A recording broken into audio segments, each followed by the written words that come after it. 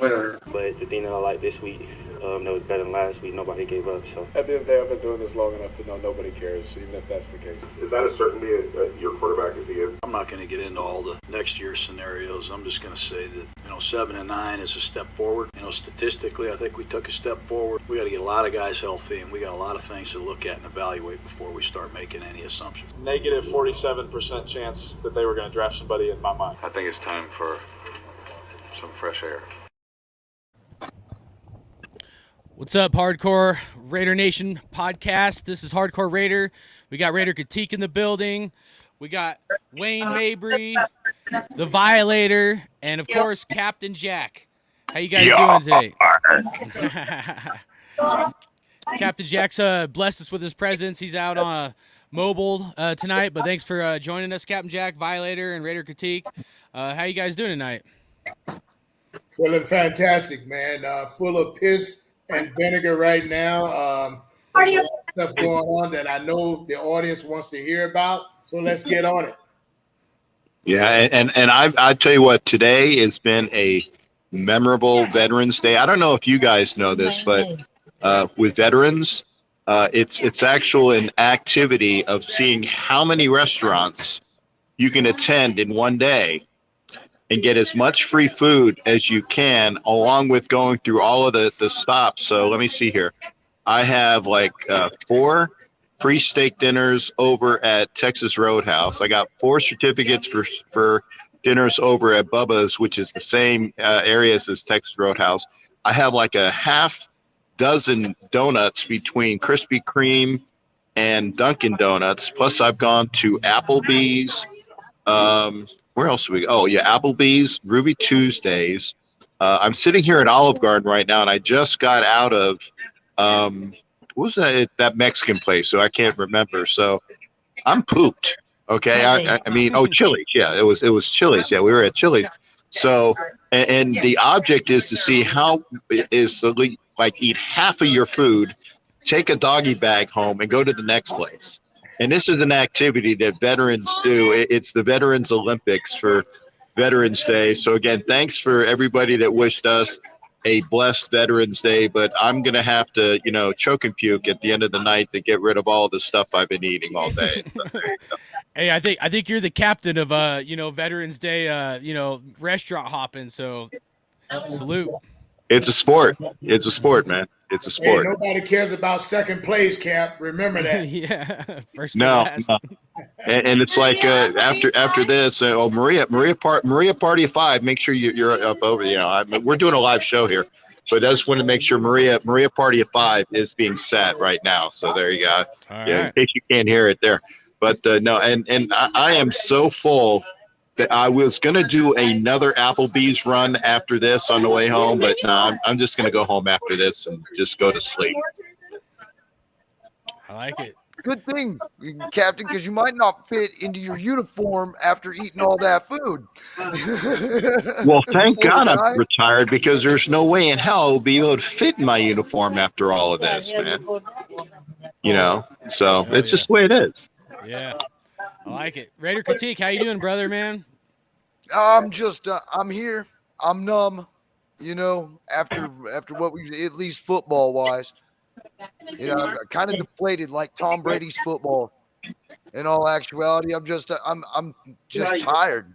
I'm tired of seeing what I'm seeing. I'm tired of hearing what I'm hearing. I mean, it's here we go again. Maybe next year. Yeah, it's crazy, man. So if you guys just tuning in, let's kind of knock out a couple things. So Raider Critique has his own YouTube channel. I know he's airing on his channel. Captain Jack, of course, has his own YouTube channel. He's been linking up with the Violator, I know. So you guys keep up the great work there. I've seen Violator doing some stuff here and there, so that's awesome, man. I'm glad to see it. Then we got some people in the chat start at the top. It is what it is. Just tank, baby. Yeah, I know. That's what we're gonna get into. We got ONT6 Soldier, man. What's up, brother? We got Southside Raider. He's one of the OGs in here. What's up, Southside? Circus Raider, man. What's going on? Hope you're having a good night. Chronicles of the Black Hole, what's up? Oh, we got a Chiefs fan in here. Hey, if you subscribe, hit the thumbs up. We'll let you stay. Carlos, man, we're not tanking. We'll see. We're going to talk about that. And then, yeah, a little depressing, man. All right, so let's get into some stuff. All right. So first of all, we got 4 of these bad boys. We're going to see who the top guys are in the chat tonight, right? Tonight is all about giving. We're going to give back to Raider Nation. I'm also a veteran, so shout out to my fellow veterans, man, those who have served their country and the true sacrifice you and your families made. And the top dog one, that won't be tonight, right? But this is the Davante Adams jersey I'm giving away on the channel. It's probably going to be the Thanksgiving weekend episode. We're working on a really good lineup, so that's what I'm wearing right now. So it's the same shirt as this, or the same jersey. I'll show you the back. That's sharp. That is a sharp-looking jersey. Silver, man. Classic. Silver. Raider Ben, dude, what's up? Hey, Raider Ben, you want to join us, dude? Let me know. We tried to do it before you went live, brother. But yeah, dude, dude, I love this color. I think this should be our Color Rush jersey, dude. I'm telling you, man. Like, I just wish the numbers were pure black. Imagine if these were pure black, man. That would be sick. So, you know, but anyways, we're giving away that Davante Adams jersey. It's a large size. It's no knockoff. I'll show you right here. So we're giving that away. It's going to probably be the Thanksgiving weekend, that Saturday. And so you'll have to be live in the chat, and then we're going to give it away to somebody. And then, but tonight we got some gifts to give out. So some stuff I want to do. So let's see who's spicy and who's good in the chat here. So, all right, let's get into some topics here. So obviously we got Darren Waller put on IR, Hunter Renfrow put on IR, the linebacker Martinez essentially retired. So I don't know if that's a sign he's like feels like we're tanking or some shit, but just a lot of weird shit. Abram traded right after the trade deadline, so just crazy shit. So let's just kick this fucking shit storm off with the Raiders with a Raider critique, man. What the fuck is going on with the Raiders, brother? Do I know what's going on? I have absolutely no idea what's going on. Not at all. I don't understand. From what I at least read on a few articles, I thought Abram was actually being looked at by a few teams prior to the trade deadline, but they weren't willing to offer what our front office wanted for him, but who ultimately released him in like at the end of the trade deadline, in the middle of Divine Diablo, by the way, going to IR. So we could have easily moved him up into that slot right there. I don't understand that decision. And then Waller, IR, he's already been gone, 4 weeks already? So you're looking at another 4 weeks at least? Renfrow, I think, is the one that hurts the most, even though he really wasn't doing much this season. I think that really hurts the most because – you know, at least there's that direction to look toward. And then, look, if Martinez is quitting right now, obviously he is seeing something that that maybe the rest of us are seeing too. Maybe he's like, you know, we only brought him in 5 weeks ago. He was our leading tackler for the last 2 games. You know, he's the only one who seems like he's doing anything out there besides Max Crosby and Denzel Perryman. Our secondary looks lost. Our defensive line is non-existent. You know, and we got rid of Hankins too. You know, which made that defensive line even worse. So, I mean, we've been told all season long, or at least at the beginning of the season, that we're not tanking, but it looks like that we're doing all these tanking-style moves. And again, I don't want to. Hopefully, I'm not talking over somebody, but you know, there's an issue here as well. Is that when Martinez and as you were saying, he's been our most active tackler with Perryman the last few games. For him to quit is an indictment of what is going on in the locker room. Okay, he was back from his injury. We picked him up. He was producing well, okay? So that maybe they said, well, maybe he wasn't back from his injury. No, he was playing well. So it's not anything that has to do with the injury. for him to walk out, and I don't blame him.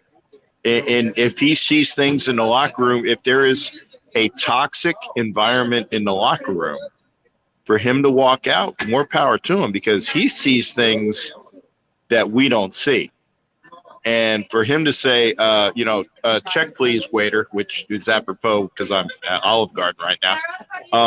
For him to leave is an indictment of what is going on in the locker room. I said it last couple shows when Derek Carr stated that there are things that he wanted to talk about, but he couldn't say in that environment, that there is things going on that we don't see. Now, again, I've been to every game this year. I won't be at this weekend's game. It will be the first game that I've missed.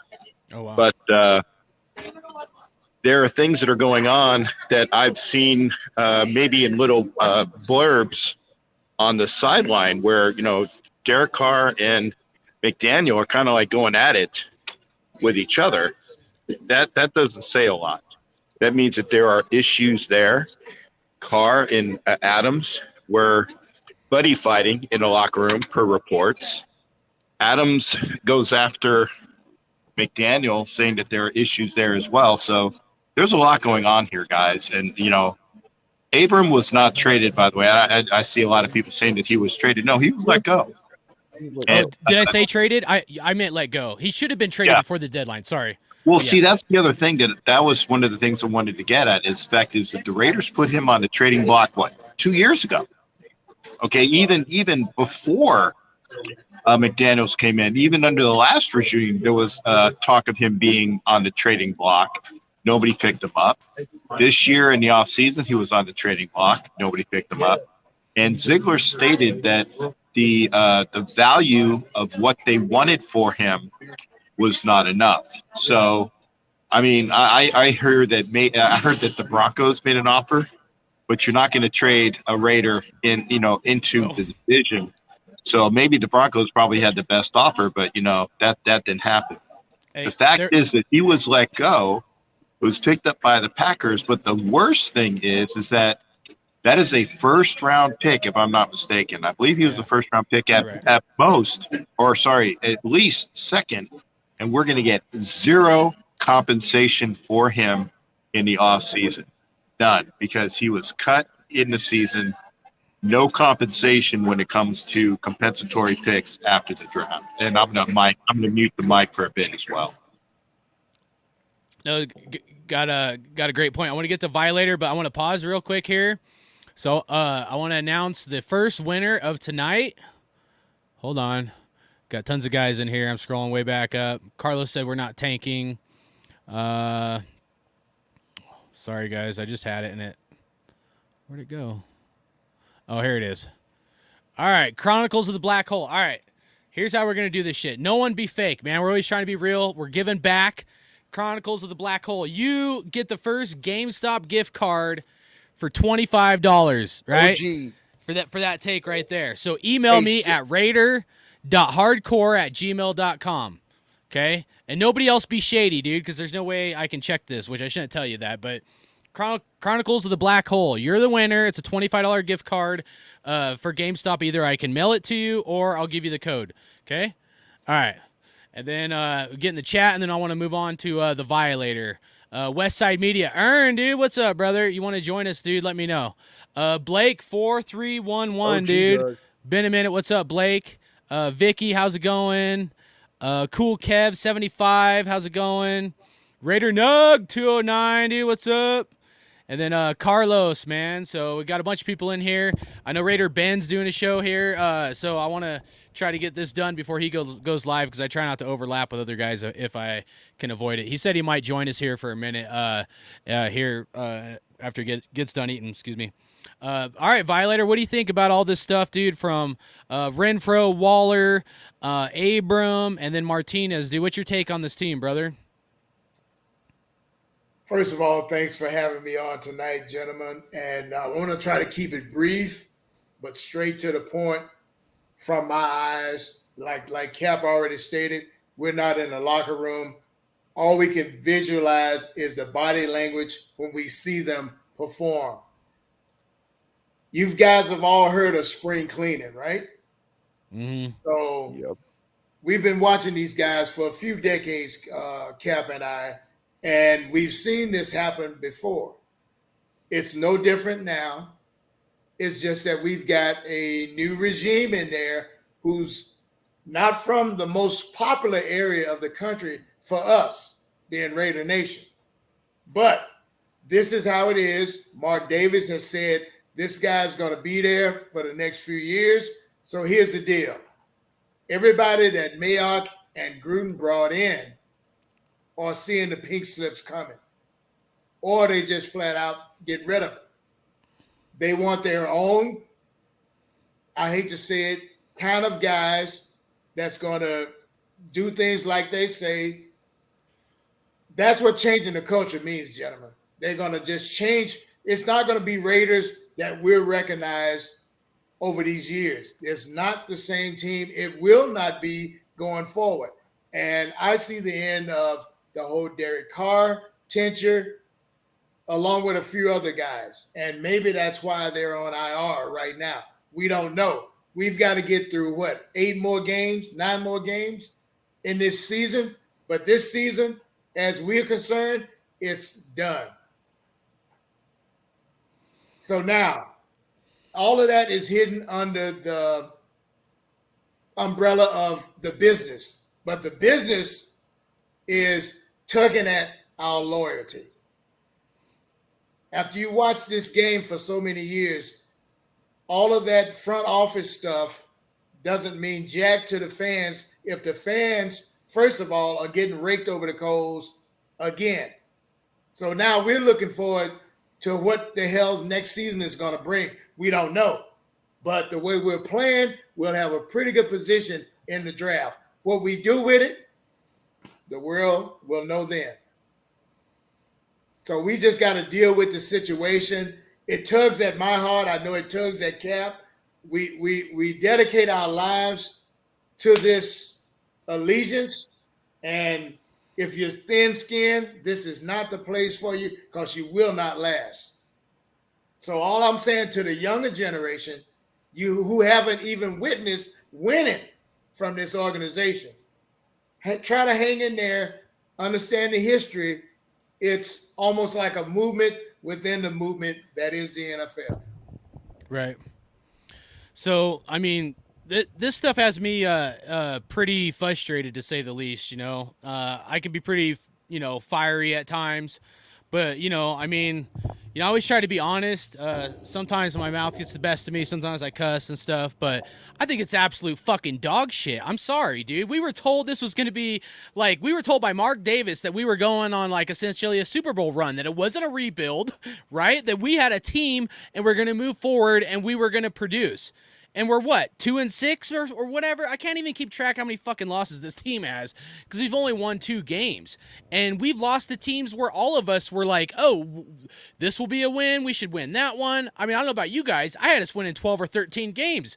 Fuck, I'm the biggest jackass there is in this fucking realm of shit because shame on me for believing in my team and that we brought in talent to fucking produce to be something to reckon with. We should be a force to fucking reckon with.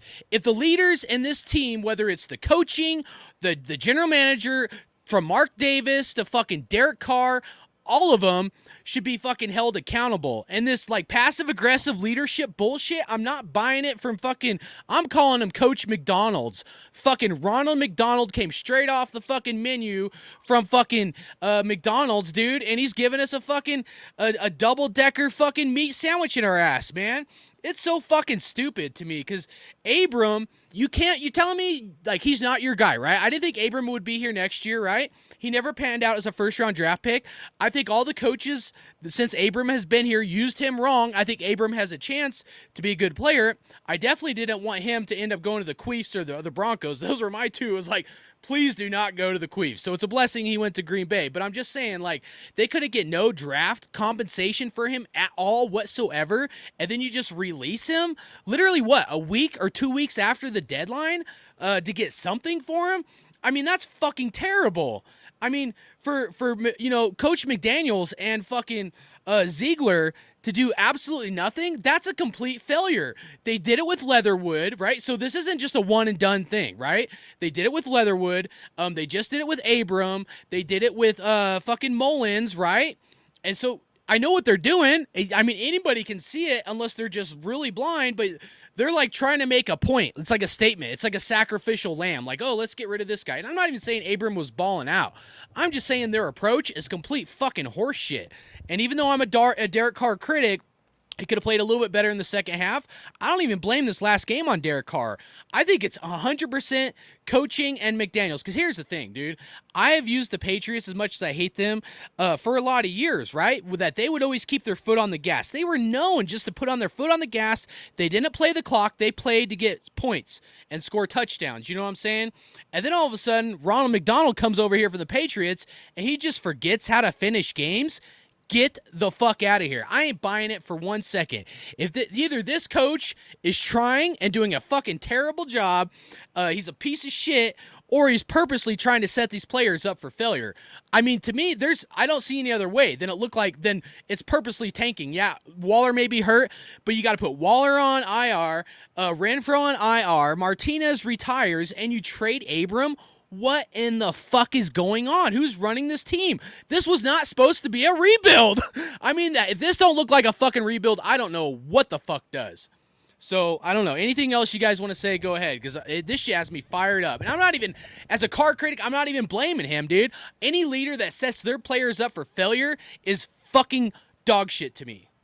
Well, look, I think it actually has something to do with the coaching as well, because when I'm over here reading the article about Blake Martinez, I'm pretty sure, if I'm Blake Martinez and I'm watching this team completely shit the bed the way they've been shitting the bed the last couple of weeks, and he's basically been the only guy showing up besides Denzel Perryman, and I don't know, Max Crosby hasn't had a sack in a couple of weeks, has he? So he hasn't really shown up neither in the last 3 weeks or so, but he just sold a Pokemon card for $668,000, and then he just got paid $1,035,000 from the Raiders, not to mention how much money he already got paid from the Giants too. So, I mean, he got all this money. He was sitting there looking at this shit show that we got going on defense. It was like, maybe this is not what I wanted to sign up for. Maybe it's time to go. I'm going to go ahead and retire because I don't want to be a part of any of this bullshit, because this coaching staff has no idea what they're doing. These players are not playing with heart because they don't understand the concepts that are being thrown at them by this coaching staff. They're not playing with confidence. You can see it on their faces. It's completely different from last year to this year when you look at their faces and the confidence levels. To me, it's all coaching, because this team was a playoff team last year. How you doing, guys? What's up, brother? What's up, OG? Just sitting here trying not to commit seppuku with a butter knife.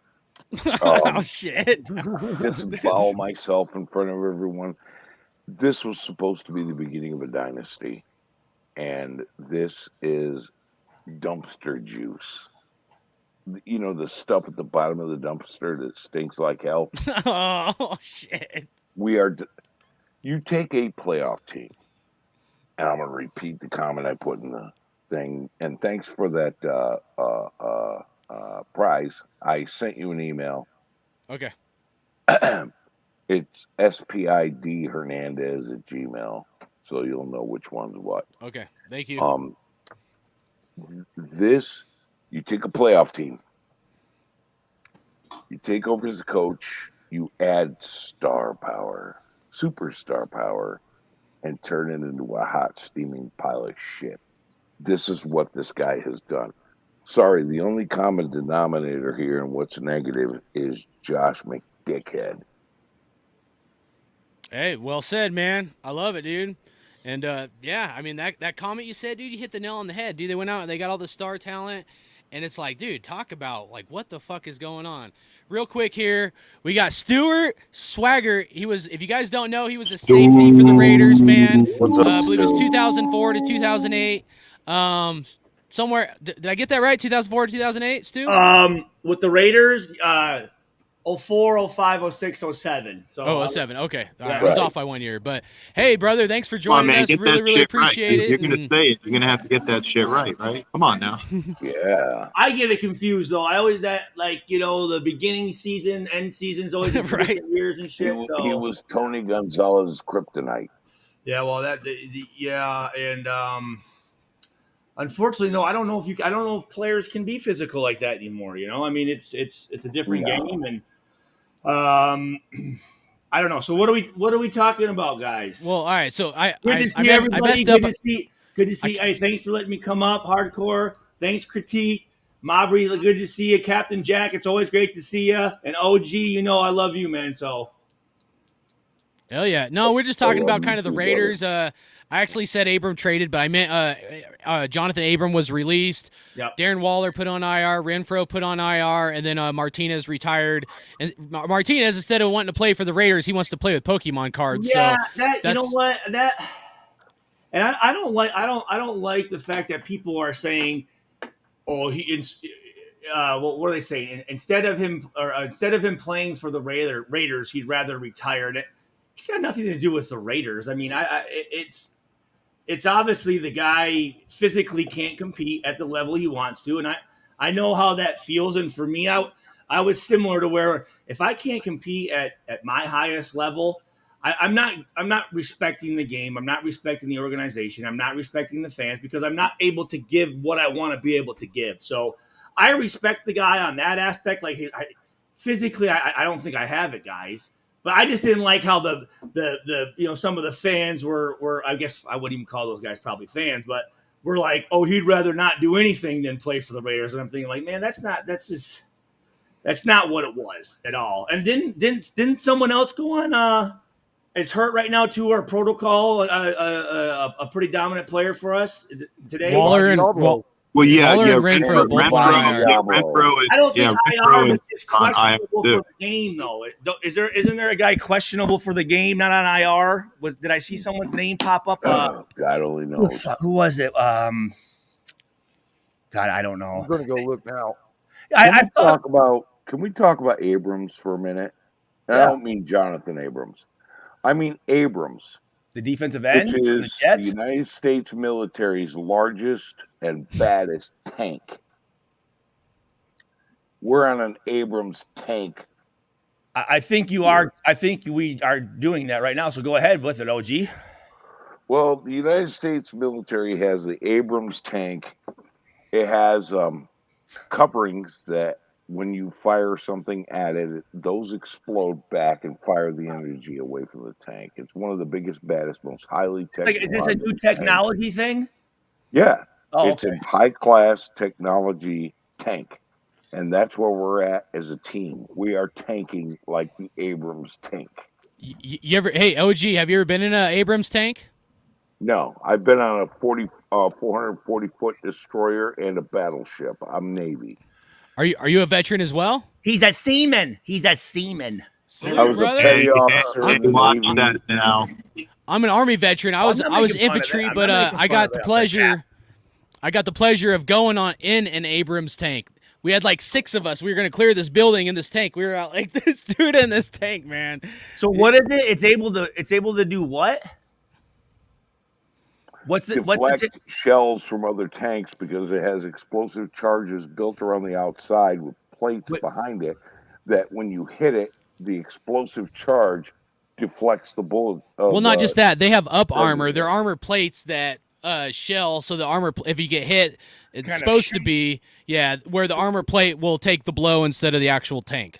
And it will deflect away the enemy fire. What do one of those things run? How much to have one of those and call it your own? Millions, like hundreds of millions, I'm pretty sure. I can't remember, but yeah. Yeah, all right. A lot. Yeah, I was on a destroyer, and I also worked part-time on a battleship and a LST. I was a navigator on board naval vessels. I got a tank right here. Look at that. So there you go. Yeah, there's the tank. Raiders tank.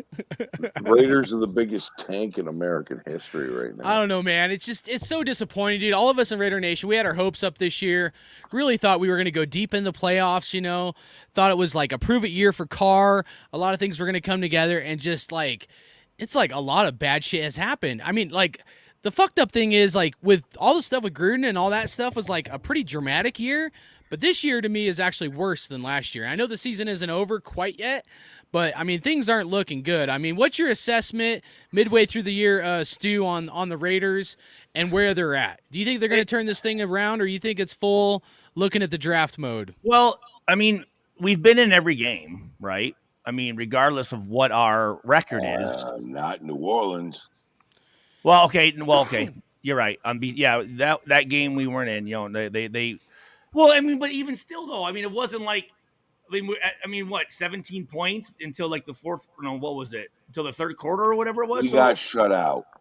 I know, but I'm saying it still wasn't like a game where fucking. I mean, we still had a shot if we could have got things rolling, but obviously not like the other games. I mean, what we've lost. We're 0-5 for games, you know, with one score, which I know is like that was some type of record. And then I also saw something about we're the only a team to be up by 20, 17 and lose those games and stuff. So I really don't know what to put my finger on. Whether it's, I mean, obviously it's everyone, right? I just don't know the percentage of who's really at fault. The only way that I'd really be able to know is I'd really like to go in there and watch, just go and see a week of preparation, see how these guys, and you guys have heard me say this, that, you know, the guys that I've been on before with, but go on there and see how they watch film, see how the coaches are giving them the cut-ups, the notes they're giving them, how guys are practicing at practice, how the scout team is giving them looks. Are they going hard? Are the starters out there? If there is a correction, are they saying, you know what, slow down, let's rerun that play so we can get it right? You know, that would be where I want to know. But I was watching, it was, I don't know what, NFL Network or something, but there was a former player that talked about how much he loved the way that McDaniels prepared him for games. Did you guys see that at all? Did any of you guys see that interview? I think it was like yesterday or something. There was a former player that was saying Josh McDaniels, he was great at getting guys prepared and the X's and O's. And he felt that, you know, we knew what the other team was going to do. And that surprised me a little bit because if I were to look at our players, there's no pre-snap recognition. There's no talk before plays. They're trying to dissect the play as the play's happening. And if you're doing that in the NFL, it's way too late. I mean, I don't see there being any carryover from if they make a mistake in a game from a pass game or the first quarter. There's no corrections. It's like we have 11 guys playing the defense, but they're playing it with 11 individuals instead of playing it using your help. Where's my leverage? I know I have a guy inside, so I'm going to stay outside. I know that I have a middle of the safety and man free, so I'm not going to line up inside. I'm going to line up outside on a formation to where it's a certain down and distance with the personnel grouping. We know that they don't run it, so I'm not going to fall for play action. I mean, all that type of stuff. I don't see any of that going on. I mean, do you guys? 1961. We definitely lack some creativity. Games where we lost when we had at least a 17-point victory. Right? Yeah, I thought I saw that. That was like a 3 of them are this year. Yeah, that's what it was. Yeah, that's what it was. That's fucking pathetic. We had a new guest come up in here, Raider Ben, one of the OGs, man. Big Ben. Raider Ben, go way back. If you guys don't know, make sure you subscribe to his channel. He's got a great channel. So, you know, thanks for joining us, Raider Ben, man. What are your thoughts on this team? I know your show's coming on, so I know you're going to give your takes there, but any quick analysis of kind of what we're talking about from Abram to, Martinez to Renfro, Waller? What are you thinking about this team right now, Raider Ben? I know, you feel me? I've been saying this all week. And I think the narrative right now that the Raiders are painting, especially, you know, putting some of these guys on IR, from what I'm hearing is that They think Hunter Renfrow got injured at practice yesterday. It hasn't been an injury that's lingering. They feel like he got injured at practice yesterday. Hip? Was it? Is it hip? It's an oblique injury. Yeah, that's right. Yeah. Yeah. So what's kind of weird is Blake Martinez retired. I thought that was kind of weird. But you know, it's easy to say we're tanking right now, man. It really is. But I'm a firm believer, bro, that it's not over till it's over. And I still got the Raiders still finishing the season strong, bro. And probably still finishing this bitch with 10 wins. I know it's going to be hard for a lot of you guys to believe that, bro. But I'm staying on that optimism train. It's not over till it's over. And I honestly feel like Derek Carr sometimes plays his best when his back is against the wall, bro, and all of his weapons are down and shit. So, but if we go out and lose to Jeff Saturday, bro, and them boys that are getting ready to run through a wall after his press conference, bro, it's pretty much over. I want to say this. I don't know how you guys are, and I don't know. Good point there, Ben. Cheers. I would call it my spidey sense. Like there would be certain things that just I have feelings towards, and like whether it's I feel like this play is going to happen over here. Or I think this is going to happen this week or whatever. And when I think, hardcore, when you asked me about what's the issues, and when I think about Derek Carr does not come up on my radar for me. I think he's been playing well enough to win every game we've been in.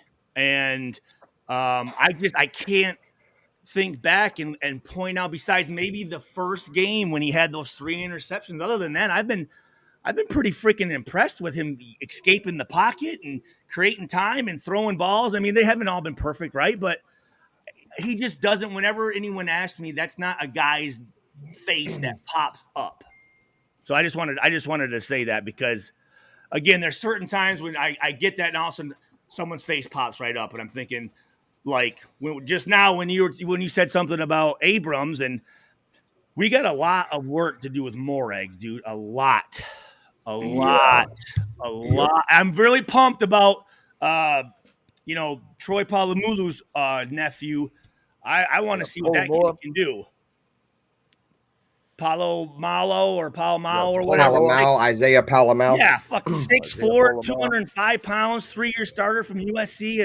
His fucking uncle or whatever's the running backs coach there, is his dad played, his uncle played, his grandfather played, so it's in his blood. And I think he's the guy. I remember when I was doing the before the draft, I'm looking at that kid going, shit, I hope he's around when we have a chance. And the kid goes as a free agent. I'm thinking, what in the fuck?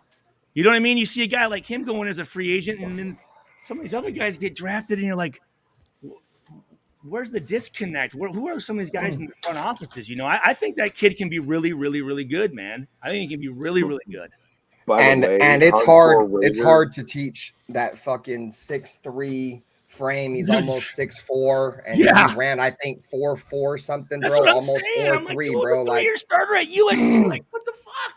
I mean, look at that dude from Seattle that's getting some time to play, bro. There wasn't a lot of hope about him when he came out. Tariq Woolen, bro. He's like 6'3" or something. He ran like 4'3" too. So my bad, OG. Go ahead, bro.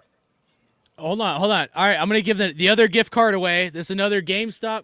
Actually, better not show. Whoa, you're giving gift cards away? Yeah. All right. Sorry, dude. I gotta do it, Stu. I love you, Stu. But this dude said he said you look like Fidel Castro. I can't stop laughing, dude. I would say it's fucking awesome, though, dude. So I'm doing my cool Kev, dude. All right, cool, Kev. Email me raider.hardcore@gmail.com, and you just got yourself a $25 gift card. We got 2 more to give away, and the next 2 is gonna be on Raider Critique, and then the Violator are going to give those away for us. So going more for the guy that jumped. I remember the guy that jumped out of the plane, and they don't know if he made it or not. That robbed the plane and jumped. What was his name? Right. You guys know what I'm talking about? The Hardcore Raider. I've never heard of your channel before. Okay, you have a channel. I have a channel. You probably never heard of me either. Yeah, the guy that jumped out of the plane around Washington, and they stated that with all of the money, what's and his they name? never found. It's not BT Barnum. I keep wanting to say that. It's DT Cooper. Yeah. There we go. DD. Yeah, DD Cooper. There you go. That's what I'm looking. I'm going for DB Cooper look right now. Anyways, apparently, I guess Cap did. We're the only ones that know that and earn. So Well, I gotta contribute something while I'm here at the restaurant, and in and off the camera and in and off of mic. So now I got a mic. Mute the mic because then you're gonna hear "Happy Birthday" That's in the it. back. Denzel Perryman. Sorry, guys. Denzel Perryman was the guy that I saw may have an issue. Okay, sorry. Thanks, Yeah, he's questionable. Brandon. Sorry, Captain. Sorry about that. Go ahead. So Hardcore Raider, I've never heard of your channel. I'm probably going to go over and subscribe after this. Yeah, please do. And like I said, I have a channel also. You probably never heard of me. Most people haven't. But it's cool that there's more content creators starting to blossom at this time and create more content like No, this. I'll tell you the truth, brother. All right, so my channel's been up for a few years now. That's what I thought. Yeah, I went ghost for like 2 or 3 years when COVID happened and forced vaccinations and cardboard fans in the stands and shit. But it started. I'll tell you right now on this show. It actually started with me, Raider Ben, and Raider Critique. Yep. We started doing group shows like 4 years ago. We're all the OGs. And then like when I started my own channel, I started trying to bring on other Raider content creators, and now, like I've trying to get back on a little bit, but I work a lot, so it's kind of hard. But anyways, a lot of guys have kind of duplicated what was once started, and we don't hate on people, but it's just like it's this platform, all of us should be about unity, right? Even if we disagree, even if someone's pro car, against car, like we're still family. We started this, like Raider Ben could tell you, man. But anyways, years ago, I think it was like 2017, 2018, we started doing group shows, dude, to bring unity to Raider Nation. There was so much hate and stuff, bro. And there was nobody talking about the Raiders because the move and all that hate. So anyways, now there's a bunch of guys. You're right, there's a bunch of guys that have huge channels. But this show has never been about, that's why I don't beg for subscriptions. It'd be nice to get subscriptions. Yeah. But I'm literally giving away on Thanksgiving weekend a Devontae Adams jersey. Because I hit 500 subs like 3 years ago, and I told him I was going to do something, and I want to keep my word, just I didn't get a chance to do it. So this jersey right here, but you're getting a brand new one, a large, right? Devontae Adams, nice silver jersey. That's sweet as fuck. Giving it away. Right. Well, Captain Jack and I started doing shows about 1.5 years ago. Yeah, and but Captain was on here back then. Violator, we had a bunch. Dude, we were doing next level stuff. COVID happened. Everybody started doing Zoom, and I don't know. I don't want to get into it, but I took a step back, and we'll try to do shows when we can. We're just focused on unity and bringing a bunch of guys together to collab. So I'll definitely check you out, sub, and I'll hit you up. Right, but the Captain and I did interviews with Raider greats. Yeah, because COVID was happening. And in the off season, who were some of the guests that you had? Who were some of those greats? Who'd you guys have on there? Well, we had Phil Villapiano, we had Stuart Schweiger, we had Jerry Robinson. That's all I want. We had many 5-hour shows on the Schweiger history. show. A 5-hour Stuart Schweiger show. You can't beat that with a stick. Yeah. We had many greats on, and got exclusive stories from all of them. And this is the off season when things are slow. We said, let's bring in these Raiders to interview. And we had a lot of them. And they all told us amazing stories about exclusive stories. And that were stuff that nobody knew. And that was cool. Cap, give us a rundown of some other guys we had besides. We've had Jerry Robinson on. Right. We've had that tight end. Filippiano. Yeah, Phil, Jerry Robinson. We had Art Toms on. Yep. And previously we've had well, again, and it's bringing the older Raiders that are around and back, and like I said, when you got Stuart Schweiger with the 5-hour show, you got Jerry Robinson in there. It's great. With Stuart. I think what I think that I like is I love the fact of bringing the panel up, right? Of having content creators together, and I'm not trying to tell people how to run their channels or whatnot, but I like the guys that let people come on, that make sure they're they're checking with the chats and they're meeting people and they're not pre-recording stuff. And again, nothing against that, because some people going live, it is a different dog, right? I mean, it can be to entertain people, and be live is different, but I like the interactions, man. That's what, and I also stop it.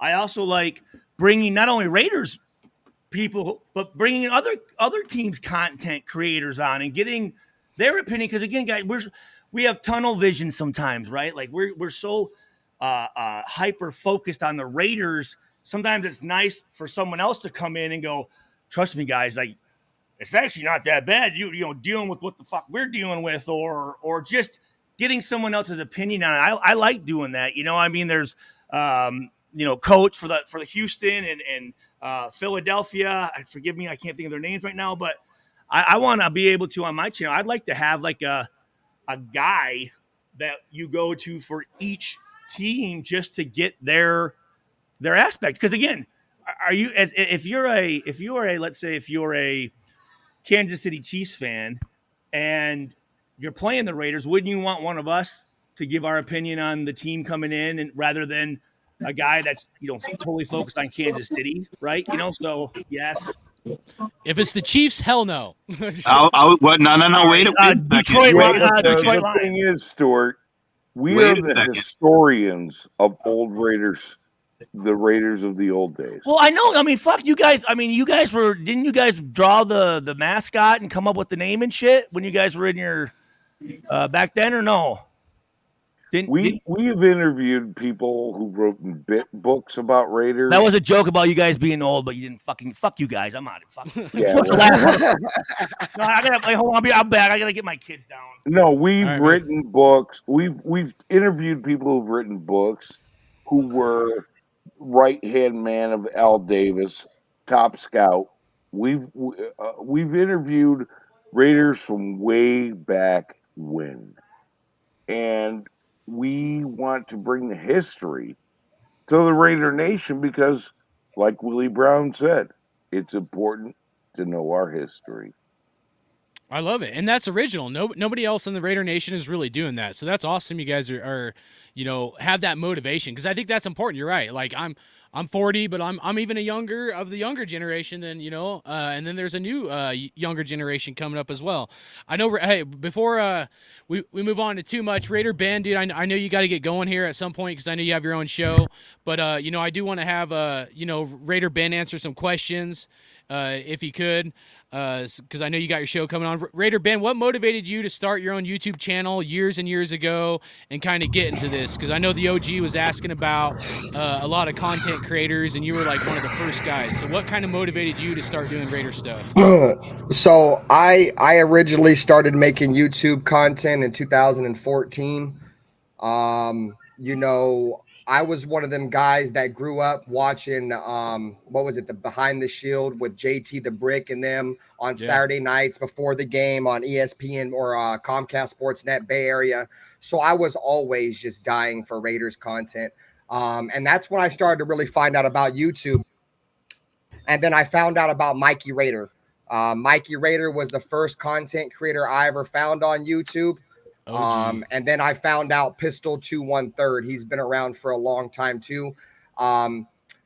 Mikey Raider got me wanting to do Raider content just because I knew he loved the Raiders and he was passionate about them. I could see it. And that's what I am about the Raiders, you know what I'm saying? And then with Pistol, he's a trash talker. He's from the trash talking circle.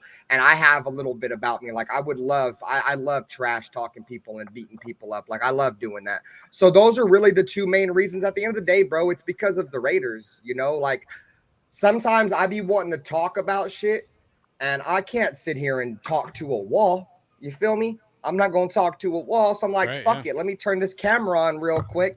And let me go talk my shit on YouTube, bro. And then ever since, bro, it's just this is what I love doing. You feel me? I got Raider tattoos. Like I got fucking Al Davis back here. Like I'm deep into this shit. You feel me? Like it's love. That's why I'm here, bro. And I've never seen a fan base like Raider Nation on YouTube. We got the strongest fucking fan base by far, the best content creators.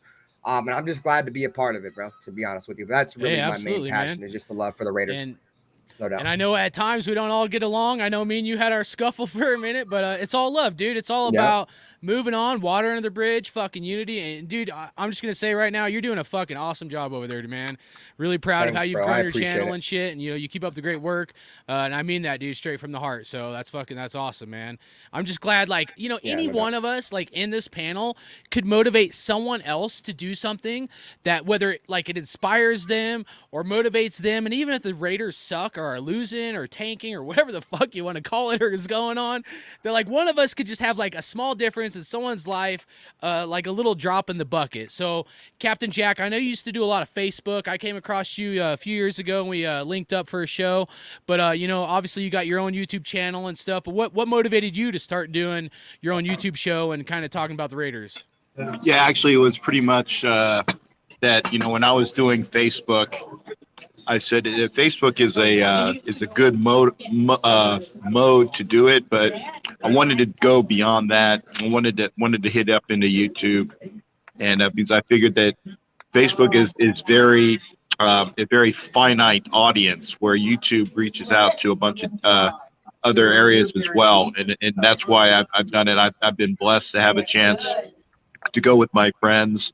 Obviously with Wayne, doing shows with Wayne and Ref Guru for the NFL Nation Live, where we do the Wild Wild West show, and I was trying to say that, you don't just have a Raider point of view in Wild Wild West, you have an AFC West point of view, where there's one person from each of the groups or the teams there talking about it. I do a show with the ladies, Silver and Black Ladies Night, where we have a female, very astute version of the Raiders and their yes, I have the chicken parm. Okay, yes, with Alfredo. Yes, see, you can't beat this on a live show when you're at a restaurant. So yeah, I'm doing the chicken parm. But doing the YouTube has made me reach out a little bit more, and getting a chance to be with a bunch of the other people doing with the Chronicles, with my boy OG and all that, and getting with you, Hardcore and Course Critique. Raider Ben, one of these days I'll get a chance to hang out. Did he leave already, or see? I think he'll be back. I know he has kids that he was probably I have this effect on people. I come on and say, oh fuck it, I'm gonna leave because Captain Jack's talking. I'll be right back. No, it's a fantastic mode. And and I can't wait to do more. And anything that I can do for any of the folks here, I will do, because again, it's the love of the nation, it's the love of the fan base. We will do it all the time. I'm gonna actually close my camera and my microphone because you don't want to see me eat. Hey, it's all good. But I am here. But I am here. That's awesome. Thanks for sharing that. Really appreciate you coming on, and enjoy your chicken parm. Hopefully, there's like a Raider shield in there or something. Are you at a restaurant? Yeah, I'm at Olive Garden, man. I was like I said, I'm doing the Veterans Day leap of figuring out how many restaurants you can go to in one day for as many free food that you can get. Nice. He's on like restaurant 7 or 8, dude. He's like champing it Captain style. Going commercial. All right. Enjoy your 18th meal. One day, I guys, didn't leave. Everybody else has Thanksgiving. I have Veterans Day. Yeah. Raider Critique. Raider Critique, man. I want to hear from you. Dude. I know, but anybody in the panel, since because OG, like, this is why, this was great about this show, man, and none of it's scripted. But OG was talking about Raider content creators and stuff. Raider Critique, you were one of the first ones. What motivated you to start doing your own YouTube channel and whatnot, and talking about the Raiders, brother? Mainstream media not talking about us at all. Every time mainstream media would talk anything about us, they were talking down to us. They were like, oh, the Raiders are garbage. This is what they're doing. They really don't have any idea what continuity is. Like, I'm tired of hearing all the negativity. I mean, if I'm going to hear somebody speak negative about the Raiders, I at least want to hear somebody speak negative about the Raiders who actually knows the Raiders.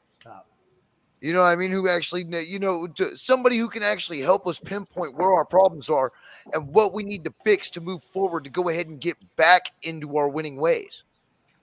And You know, who I don't want to hear it from some dick in a neckerchief. I'd rather hear it by fucking somebody wearing silver and black. You bring up a a huge point, critique, and I want to piggyback on that. That's the one thing that has concerned me about the post-game interviews is our guys have everything has been so boilerplate. They're not. I want to hear like corrections and yeah, you know what? On the third down when they were in man package and we should have checked to a hot route and instead we just kept the route on. We need to check that. Instead, it's we need to play harder. We need to watch film. No shit, guys. Like I want, like you said, give me something that like is some substantial shit that shows we're making some corrections. Of course, we know that we got to play harder and we gotta, we gotta make plays. No, guys, we know that. I want a little more. So sorry when you said that critique, it just made me think of those post game interviews. And I was just like, can somebody just use that football term somewhere in there at all? But yeah, no, I exactly. agree, man. I love it. Yeah, that's pretty much the reason why I started. And who is the guys that motivated you? Like, who is your other YouTubers or guys that was like your motivation or like the guys you kind of looked up to? Be honest with you, I didn't really ever watch anybody. And then I found Mikey one time. I was gonna say Mikey Raider. Yeah, I was like, there's other Raider content providers. Holy shit! I really need to talk to these dudes. Because the only thing that I knew is that I was just some idiot getting on camera talking about the team. It was more of a vlogging channel than anything. Yeah. When did this start, guys? Critique or like when did this become? Well, it kind of depends. There's a few different realms of it. I've been there since 2009, man. I've actually got videos on my channel dated all the way back to 2009 when I'm talking shit about how we let go. That's on YouTube, or is that a different platform? Or, yeah. No, it's right here on this channel, dude. It's way back when. It's when my videos were not very well produced. Well, all right, let's move on to Wayne Mabry, if you guys don't mind. Wayne, I know. Sorry, critique. I fucked up your minute there, dude. I was fucking. No, you're good. Everybody knows who I am. Chill, man. Wayne Mabry, dude, the Violator. I mean, it was an honor to have you on tonight, but also the first time, or I think this is the third time you came on. But I remember the first time you came on, it was like pretty exciting and stuff. Was that one of the first times you'd been on like a YouTube kind of show and whatnot, or? Yeah, I've only been involved with this for about 4 seasons with our podcast. But here's the deal, and I wanted to thank all of you guys for using your platforms for spitting out some real shit at the fans. To piggyback on what Stu was just saying, I've been watching this team for 4 freaking decades where I could comprehend football talk, and what they do now in the show that the league is they talk at us, not to us. Yeah. That's insulting to me. And I had a former referee who's my co-host on at NFL Nation Live. And it's about unifying all of the fan bases for all 32 teams to get away from that corporate sounding talking heads, as we call them. Just talking heads. Talking at us, but not to us. Mm-hmm. And it's infuriating. Hey, I'm in my 60s, guys, and the game is not a fucking chemistry set. It's a symphony between 11 guys on each side of the ball. It's chemistry. If the chemistry is not there, I don't give a damn how good a coach is supposed to be. There will be some fucked up shit visually on the field, and that's what we've been seeing for a while. Nobody will really come out and say it. We understand the connections that everybody has. I'm not allowed to say things. Well, you're saying it right there. Yeah. I'm not saying it. We're not stupid, so don't talk at us like we're some kids in elementary school. To me, that's the biggest insult. So I applaud all of you guys with your different platforms. Use that shit to spit out some truth and to go to OG. We're the storytellers now. Who else is going to tell the stories? Yeah. When you get that shit from the old players, they've got nothing to hold back. Yeah. we're standing on the shit that they put forth already. And for these newer fans who don't know about winning, that's what I said earlier. We have to encourage them, instill that history in them, because if you don't have pride in that shield behind you guys, what the fuck are we doing this for?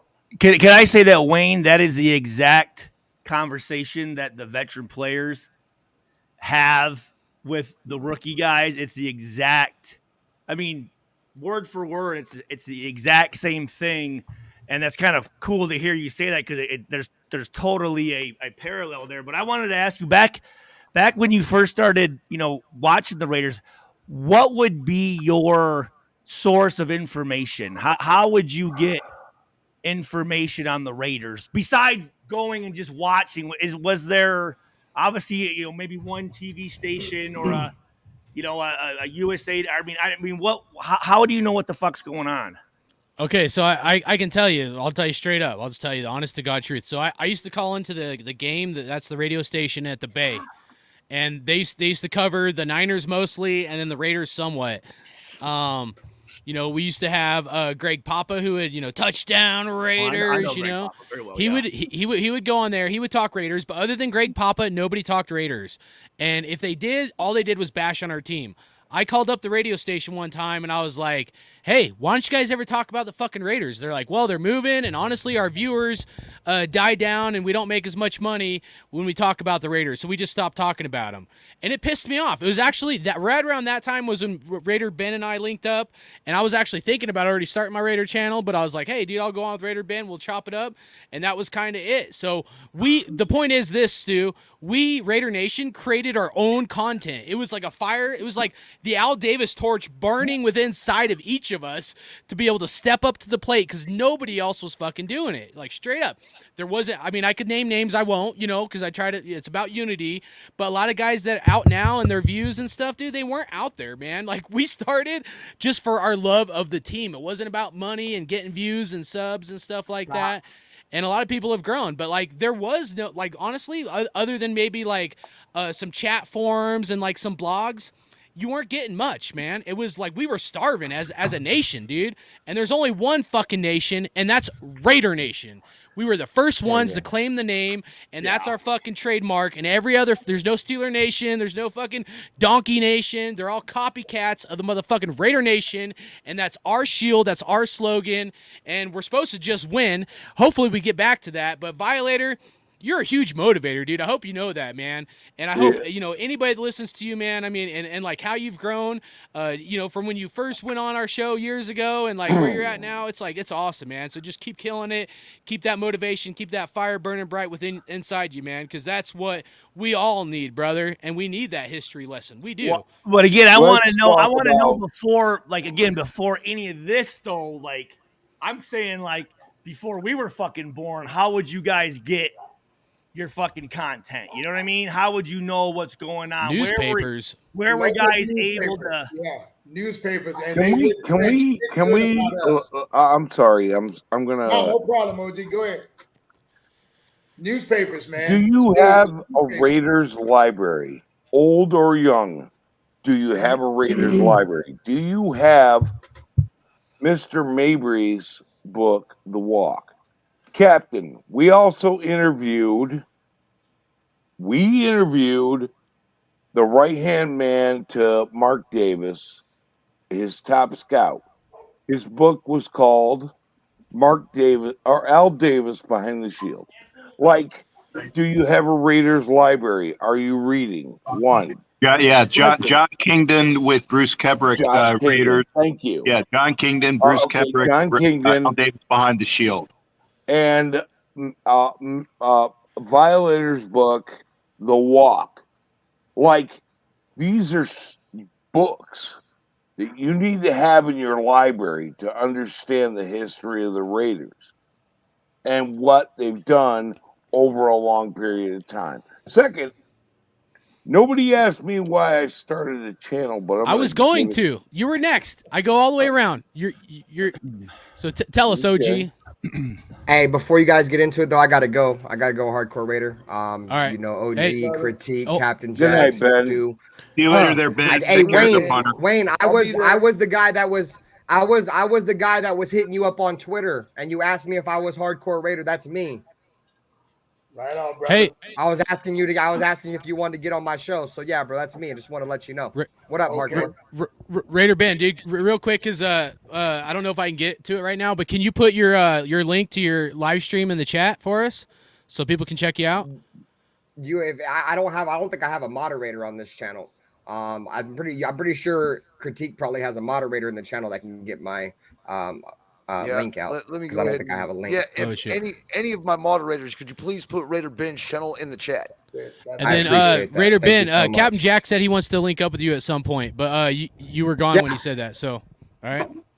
No, I actually heard everything he said, bro, and I heard him say that he said he was ugly and nobody wanted to hear him talk. I heard all that. I wanted to hear you talk. My babies started screaming, bro. So hey, it's all good. Look at this face. I scare kids with this. Face. Hey, last thing I want to say is Thanks this, for having okay? me, guys. Before What's Raider up, Ben Hardcore? leaves, I want to say this last little bit, and then I want to hear from OG. This right here, the shield, right? No matter how old, young, I don't care if you got 20,000 subs. I don't care if you got fucking 500 subs. If this motivation for you is to do this for money or for subs more than the Raider Nation and unity and what we've tried to build and what everybody should be about to bring everybody together, you got the wrong fucking shit motivating you. You got the wrong gasoline in your gas tank, man.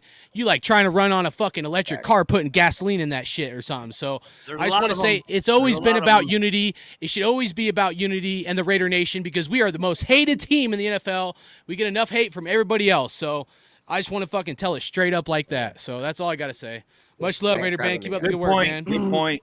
Hey, I got 530 subscribers.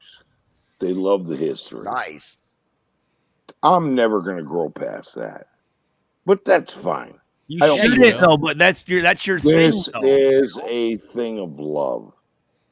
This is me teaching the younger people about our history. Okay? It's never going to be bigger than that. I am not bigger than the Shield. Fuck no. Nobody is. Okay? That's right. But the reason I started doing this is a couple of years ago, I was fighting cancer. I was a regular on Doc's channel, and he told me we were talking about the Raiders' history. He told me I needed to start a channel because the young people needed to know. Be our Willie Brown. Teach us how it's done. I said, well, I'll do it, but it's only going to be if I get to hang with Captain Jack because we are the old fuckers. We were born 3 days apart. I became a Raiders fan in 1974. Wayne, are you the same age? Wayne, are you the same age as Captain and OG? I'll be 66 in 10 days. How old are you, OG? How old are you? 57. I was gonna say, usually black men hold their age a lot better than us white guys. So I was thinking that motherfucker. No, but me and the captain Wait, full of shit. He's 36 years old. Me Me and the captain were born 3 days apart. I love you, Stu. I love you. The captain I'm is not 3 gonna lie, days man. Every older time I than me, and that's it. Captain's 3 days older than me, but we've been Raiders fans since way back when. I became a Raiders fan in 1974. I got to see the glory days, and I've seen the shit show that's happened ever since. Glory hole? And I thought we were going to have the beginning of a dynasty this year, and I did too. McFuckhead has shit the bed on us and put us in a place where we're not going to have this for a couple of years. And by then, they're going to be so goddamn corporate. These ain't the Raiders no more. Like, I am seriously losing interest. They'll have their dynasty of 20 years, and it'll all be great. But I will not be participating at that time. I'm seriously. This is not the hard hitting, hardcore, fucking gritty Raiders that we were, and this will not be something that I'm going to accept. So I will probably end my channel within the next couple of years because I don't want to be Raiders Inc. Okay, I am fucking hardcore old school. Hey, I love it, man. Hey, everybody in the chat, go sub to OG's channel so you can prove this guy wrong right now. Exactly. We got to get this dude up to like 600 subs, man. I think you have a little more than me. I don't even care. Go.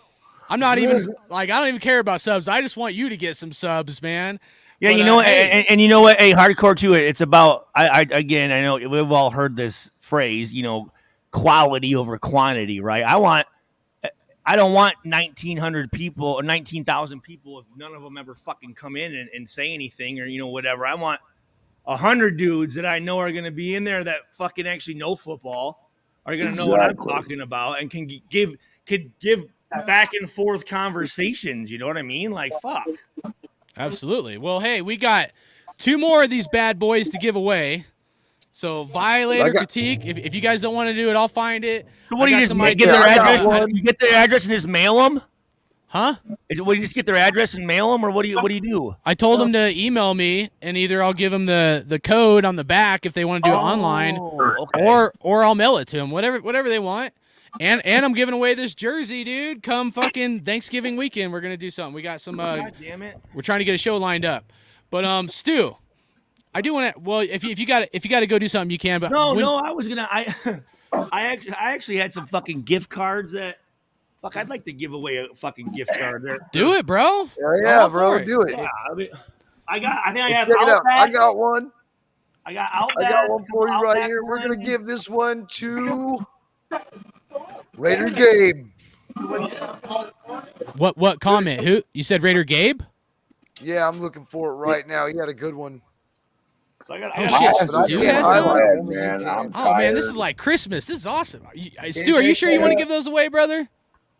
These were actually for my dad and my little sister for their birthday, and I'm like, they never call me, so fuck it. I just took them out and I'm gonna give them away. So here we go. I'm going to bed, bro. I'm taking off. I'm gonna go. I'm an old man. Need to get my sleep. I love you guys. OG, thank you, brother. To you take care there, OG, brother.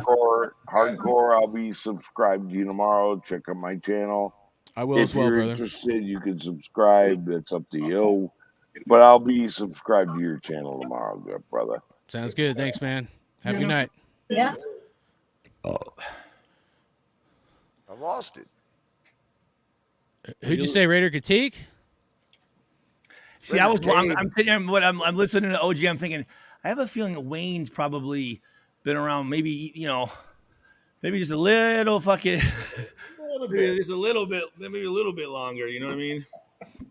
I do want to ask you this: how often do you have to put the paint on, or do you put that on and then film a bunch of stuff and then kind of keep it? Because that takes some fucking time, doesn't it? It's for the face alone. It's an hour and a half. Do you do it? I do it myself. That's part of the ritual. I don't need somebody else fucking with my face because they don't know what I'm feeling like. So, how often do you actually go full Monty, full fucking? Nowadays, Stu, it's often. Really? Look, I signed up for this shit.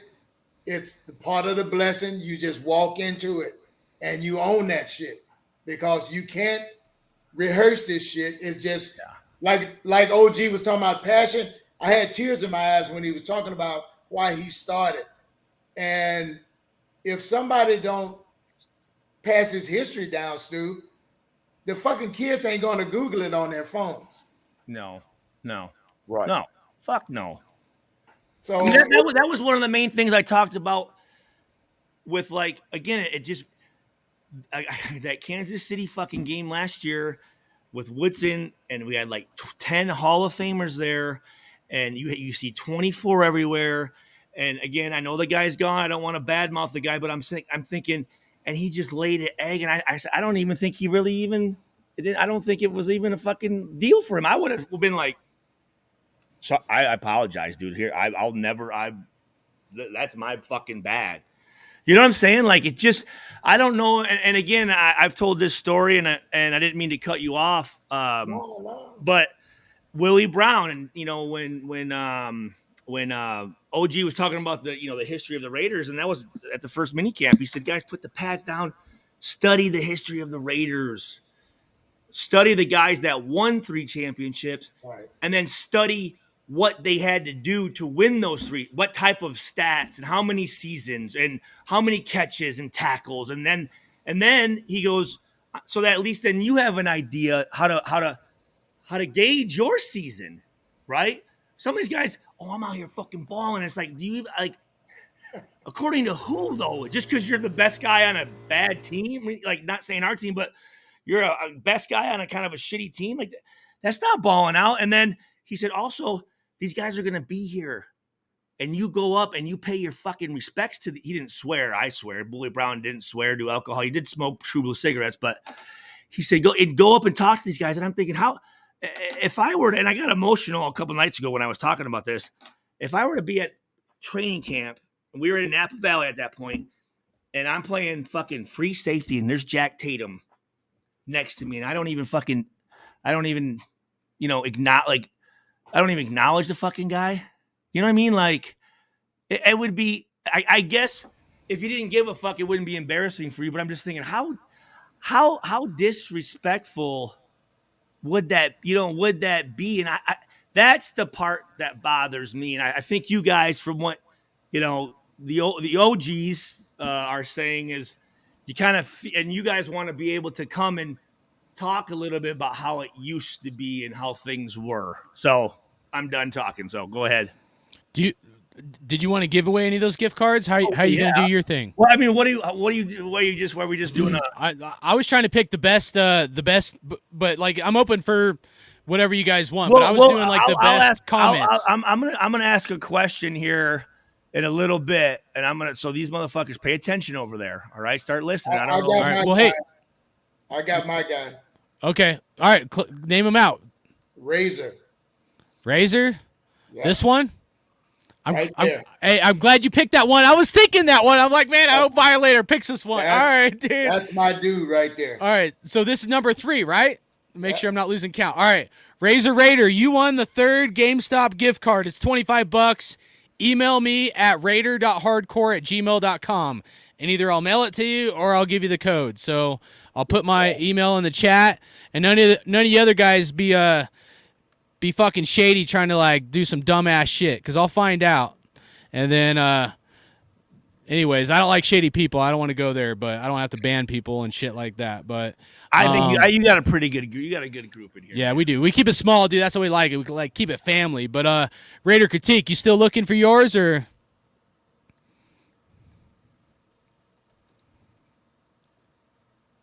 Can you hear? I think he's muted. Yeah, I'm still looking. I'm muted.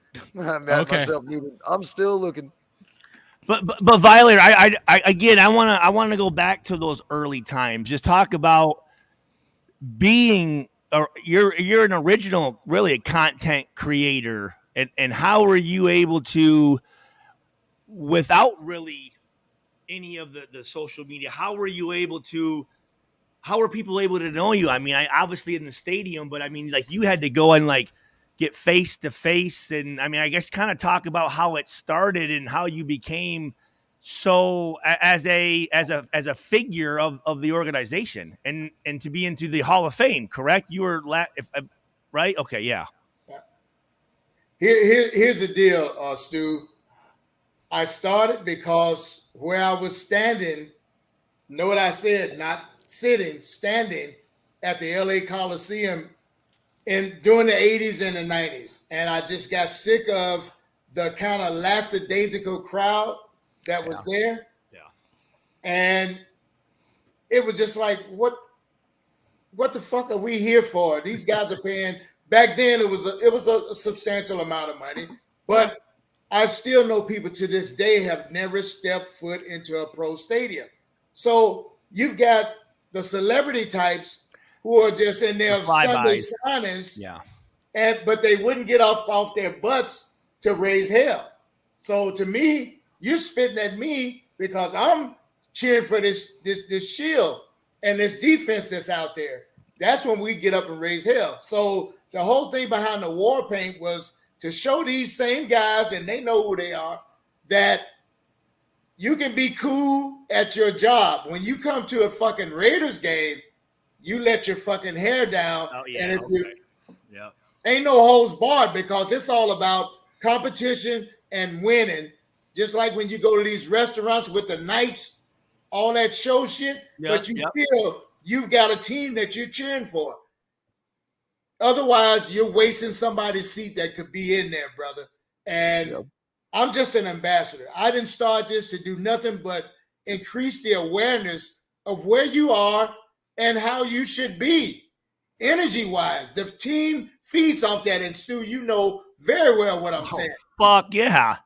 They feed off of that energy. And if you're trying to be a stuck-up fan or what high society, fuck all that. We're ready. You're just taking up. You're just wasting space, motherfucker. You're wasting space, dude. Yeah. You're sucking up greater air that I could be sharing with somebody else that feels it. So if you don't feel it, this is the wrong team for you. Fuck out, yeah. That's right, man. Hey, I couldn't have said it better myself. Well, really, how about you, Cap? When did you start becoming captain? Well, I was going to say, and it was actually good to see my buddy in what city was it? Jacksonville. I've been to been so many places. Those pictures. I like those videos. The videos you sent me and stuff. Those were cool. But in Jacksonville this past weekend, I had a chance to hang out with the gentleman that was inspired me to actually dress out, because I was using his second gear, because he dressed out, and then I was using his B suit. And I said, this is awesome, the interaction that you had with the fans and whatnot. But I said, but I have to do something that's me.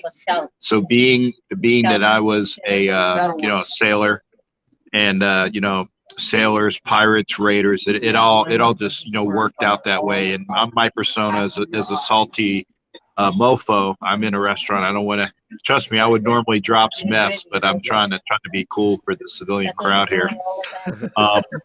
Me being my salty self as a Raider pirate, and with Captain Jack Rackham, or Calico Jack, being of the Caribbean, and I'm here in Florida, it just worked out that the persona and the name just came from me, because I am salty. I'm a very I'm me, and there's nothing that's fake about a little ornery. You're a little ornery. Oh, I'm ornery for sure. Yeah, for sure. Ornery and horny. So yeah, I got both of all the things as well. And being and I wanted to also make a recollection is that I will get. I swear I'll get that bill in just a second. I want to fill this up. And thank you as well, sweetheart. Yeah. Fuck out of here. When we talk with the fans that are coming out of the game, and they come up to Wayne and I, and they see us, because we're pissed off. I mean, there's nobody that's more pissed off. In fact, we are more pissed off than a lot of the players are. I guarantee it, especially on this team. I guarantee it. Yeah, we are more pissed off at walking out of that stadium, and people come up to, and Wayne, I know I'm going to steal some of your thunder here, because people will go up to Wayne and they'll say like, yeah, it's okay. It's another game. It's another day. It's just a game. And we look through them. And I know Wayne does as well. If we had Superman eyes, just the reds that would be coming out of our eyes, that would be killing these kids. Because they don't get it. This is our lifestyle. This is something that means something else, like a family member. You just watched a family member commit suicide on the field. I know that's maybe a little extreme for folks, but you're watching that, and we take it personally. We take losses personally. And people that come up to us, well, we'll get them next week. It's just a game. No, it's not.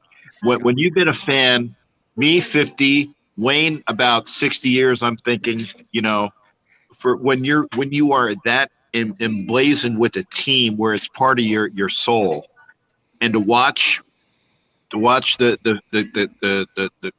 guys on the field, and Stu, maybe this is a slap that maybe I shouldn't go there, but when you see guys swapping jerseys, and that they're like, and I know that it's part of the organization where everybody is in the fraternity. I get it, and everybody's in the NFLPA. I get it, but there's so much that's changed in the days of yore. You would have, Len Dawson would not go up to Ben Davidson after a game and shoot the shit and say, "Hey, what are you doing? We'll meet each other over at the steakhouse."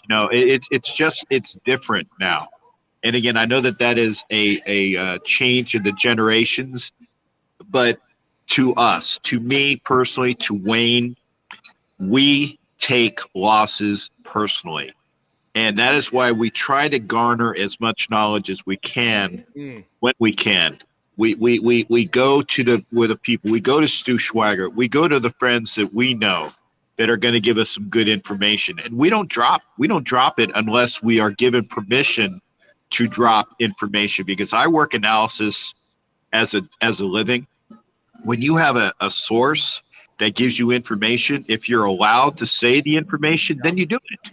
But unless you're allowed, you take it in and you say, "This is what I know. I won't drop sources." But again, I'm sorry, long-winded. It's a Captain Jack story. You guys know me. I'm going to get you there.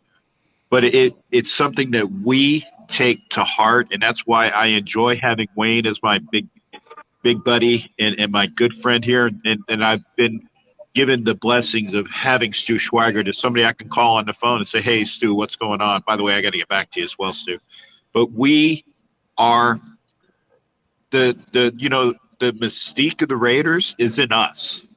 We never played it down. We never played it down for the Raiders, but we envision, in my estimation, and I'm not trying to make it so that we are holier than thou, but we embody what the Raiders of old used to be, and that's important to us. We want to keep it in our souls. And I'll shut up for a little bit now. No, I mean, dude, you hit the nail on the head. I'm sorry, dude. But I had the nickname Rudy in high school. I was a small guy.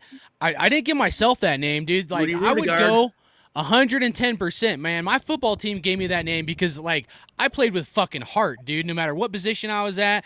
And it fired the team up, dude. So there is definitely an element to football, the greatest team sport, and us as a fan base. The football team does not exist without us. You know what I mean? From the hot dogs to the tickets to the merchandise to the Sunday ticket, they exist because of us. They have the big paychecks because of us. So, yeah, we may not be on the field, but we are the extra man, right? We are the backbone behind the team. We're not taking the licks. We're not going to have the long-term damage like they are. I get that part. But I'm saying, it's like yin and yang. You can't have a football game. I mean, remember how football games were during COVID? I mean, there's first year in Vegas, and we got cardboard people in the fucking stands, dude. I was livid. I was so pissed. We waited since 1960 to have our own stadium. We finally get it. I wanted to stay in Oakland, right? But we finally get our stadium, and you're telling me we can't have fans in there? And then the second year, I got to get fucking jabbed, right? And that's my constitutional right. I ain't saying whether someone should agree with me or not on my personal beliefs, but I shouldn't have to have something unconstitutional pushed on me for me to go watch the team that I love. So yes, the stadium does not exist because there would be nobody in that stadium, and they ain't making no money without us. So you're 100% right that, none of us should be okay with a loss. I take it personally. I don't get over it till Tuesday or Wednesday, usually Wednesday before I'm over it. It's like someone kicked me in the nuts, punched me in the face. I fell down and they kicked me again. So what's up, Stu? No, I was going to say, I learned at an early age. I always made sure to take every time, every moment I could to address any fan, because we do it because we do love the sport, but again, like you guys talked about, the fans are what fuels the machine, right? I mean, obviously, and that's, I think, again, what makes football so unique compared to other sports, because it literally, from top to bottom, from Mark Davis to the guy who picks up the fucking cigarette butts in the parking lot at the stadium, all of that to win. When we win, we all had a piece of it. Some have bigger ones, Right. some have smaller ones. And when we lose, we all have a little piece in that thing. And I always made sure, because I'm thinking, here's somebody that's coming up to you, that because I remember, for me, when I was growing up out of Saginaw, there was a lot of, and I just remember like looking at these guys going, wow, like holy, like I just wanna like say that I talked to this guy. And then I'm thinking, for me, and I had it a couple times when I would go out. For one, Ron Dane, there was an instance with Ron Dane when I was in high school, and I was at it. I got an award at the Detroit Athletic Club for the Male Athlete of the Year, and he got an award there as well. And he was sitting by him. Actually, I'm going to show you the fucking ball here. And Drew Brees was there. Tom Osborne was there. Tommy Frazier was there. There was like, and these guys all signed this fucking ball right here. You can see Drew Brees, Tom Osborne, Tommy Frazier. Awesome, yeah. There's Ron Dane just sitting there by himself at a table. And I asked my athletic director, hey, do you think, do you think he would sign my, and I went over there and he's like, no, man, I'm good. And I'm thinking, you motherfucker. So every time we played it against him when he was in Houston, I was trying to I was not dirty wise, but I was trying to fuck him up as bad as I could. So I was just thinking, like, I know how shitty that felt for me. So I always made sure after every game to I mean, it would be 2 or 3 hours, but that's the fun part. Like that, having people come up to you and want to talk to you and want to engage with you and want to just they want to just fucking have your autograph, and guys think that's like a that was like one of the like I wanted to do well, so I would have people that wanted to come talk to me, right? So when dealing with the fans, but getting on this show, or not getting on social media, I remember I was a little nervous because, again, I'm just thinking of the 2 or 3 fucking dickheads that think they're Raider fans, but they're not, right? But the weird thing is, though, like, you're right, and so like I rarely get on Twitter. I've got sucked down the tunnel, right? But the weird thing is, those 1 or 2 or 3 or 5 or 10 or 100 dickheads can motivate someone like me or someone else to be like, you know what? Fuck that. I'm going to step up to the plate, So even hate can be like a real motherfucker. You're it's crazy, right, man. Like, it straight up can. It could be like the perfect motivator.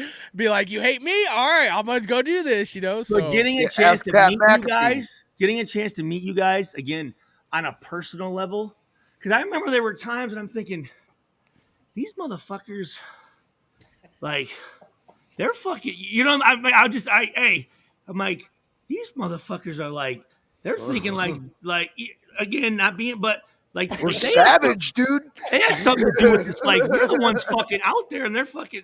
But now, getting to meet you guys. Hey, gentlemen, I hate doing it like this, but I'm leaving the restaurant, and I know I'm going to be losing the Wi-Fi. I wanted to say thanks for having me on. It's always a pleasure hanging out with you guys. Sorry that it was in a restaurant environment, but I was not going to lose the opportunity to hang out with everybody.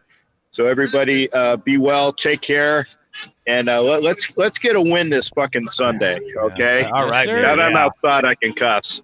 Thanks, Cap. Man. Hell yeah. It's Veterans Day. Captain Jack, thank you so much for your service, your sacrifice. All the veterans. Yeah, absolutely. All that you've done, brother. Thank you for coming on the show. If you guys aren't subscribed to Captain Jack, please go to his channel, subscribe to Captain Jack. He's doing some great stuff with him and the Violator. So really appreciate you coming on, man, and keep up the great work. We'll have to do it again sometime soon, brother.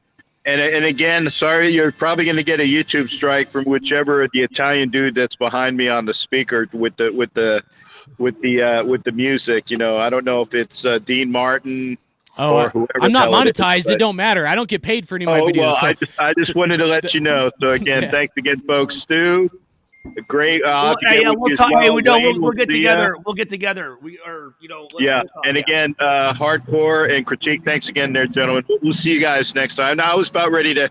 I didn't want to pop out, and say where the hell did Calvin go? It's just me. No, I appreciate it, man. Thank you Have a so good much for evening. showing up. Stretch that Yeah. belly. Rest that belly. no and have a shit. good night. Yeah, I said I'm not gonna eat tomorrow. Take a I walk, ate enough or get today. get a little air in there. You guys take care, guys. We'll see you. Yep. Have a good night, man. But when I was able, like you guys were talking about, like for me to get that different aspect, like it totally, I go, okay, now I understand it. And I've been relating that to my players, you know what I mean? My teammates. And one thing I always wanted to do was I want to educate our fans in football so that we can not only be the most passionate fans, but the most football savvy fans. So at least if you're gonna fucking rip and motherfuck a guy, at least have it be the right fucking guy. You know what I mean? But then also, the more you know, the more you fucking know, the funner the game is, and it allows the fans just to have a little better understanding of okay, now that makes sense. Just like for me, I didn't get it until I got a chance to come in here and, for one, and I mean, I'm kind of being talkative now, but just shutting my mouth and just listening to how you guys approach the game and the history and what it means to you and how serious it was and that type of stuff. Because then it's like, okay, now I get why they're so fucking like pissed. Yeah, so it was cool. And that's one thing I've always tried to do is give the football player a person aspect, right? Because you guys are in the stands. There's so much division. You don't see us. We go down in the stadium. We have all this shit on. It's almost like we're like robots, right? And then some guys, they kind of feed into that shit where they say what they think they're supposed to say and they don't ever fucking act like a real person. And that's one thing I always want to be like, no, dude, like we struggle with the same fucking shit that, we have to fucking get up when we don't want to and pay bills and our kids fucking, just all that. Just I'll tell you like this, like there's some memorable moments in my life, right? I moved from California back in at the end of 2009, and we do have to wrap it up. Well, I do want to wrap it up because Raider Ben's live, and I try not to overlap with other guys if I can, especially like Raider Ben or whatever. And I want to make sure though. Does that, Wayne? You have my number, right? I've given everyone in here. Okay. Okay. Email me. Critique hardcore. You guys have my number, obviously, right? Or do you? I do from when we were on with Raider Ben. Okay, Yeah. some of I don't know if I communicated through Facebook, by text, Instagram, like I'm like, what the fuck? So I just didn't want to like hit you up and be like, start like, dude, guys, no, listen, trust me.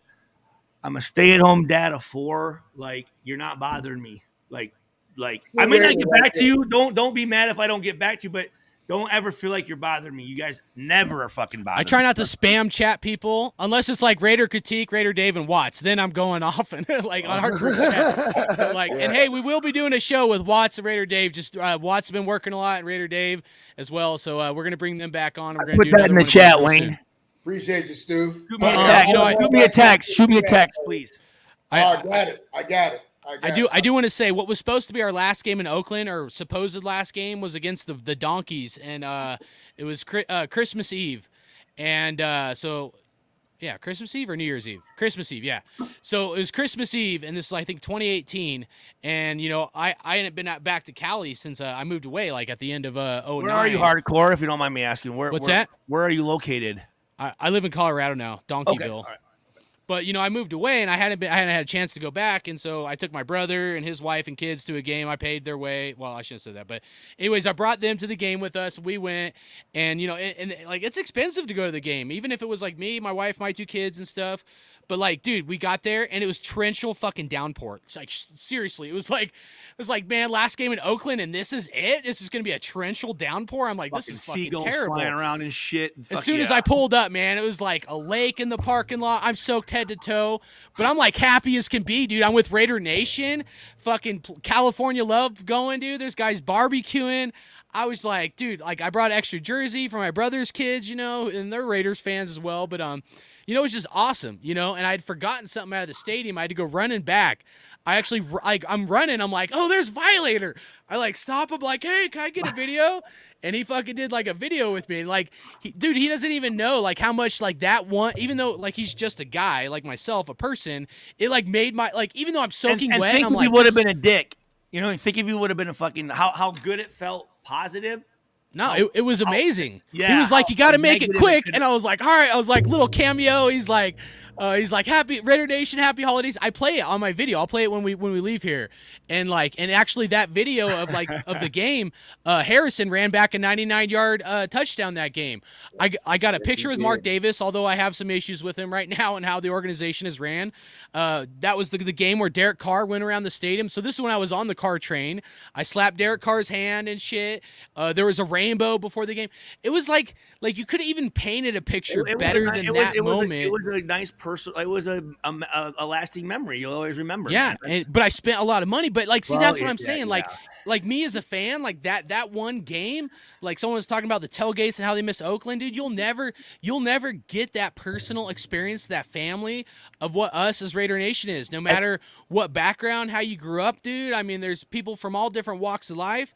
But on that one day, we all come together and we all bleed silver. And I want to say this real quick, hardcore, and that's why every time I put that jersey on, I said I'm not going to ever let anybody be disappointed in my play. So I'm thinking again.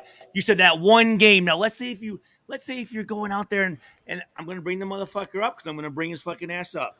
Like just this past year, let's say your only game was able to go to was the fucking preseason game, and your guy is fucking Waller, and he's not even there. And you're like, fuck, man. You know what I mean? Or a guy plays like shit, and you're like, I just basically substituted a fucking, I'm not saying you, but I substituted a house payment to be able to come here, and you were out there just fucking around like shit don't fucking matter. Like that's the shit that I want some of these fucking guys, like, I want them to realize.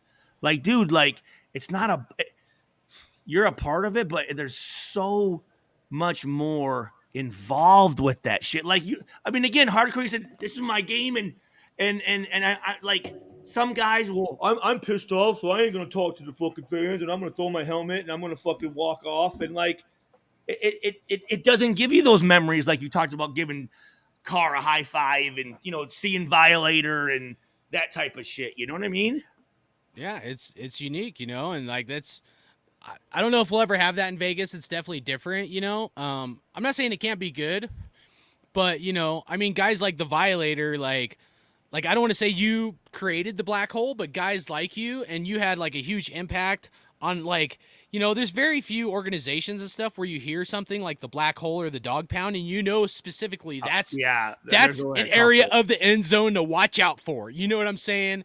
And like, dude, that's special, man. Like motivational guys like yourself, you know, the Violator, dude, you were a huge impact on the future of this franchise, and he's just a fan.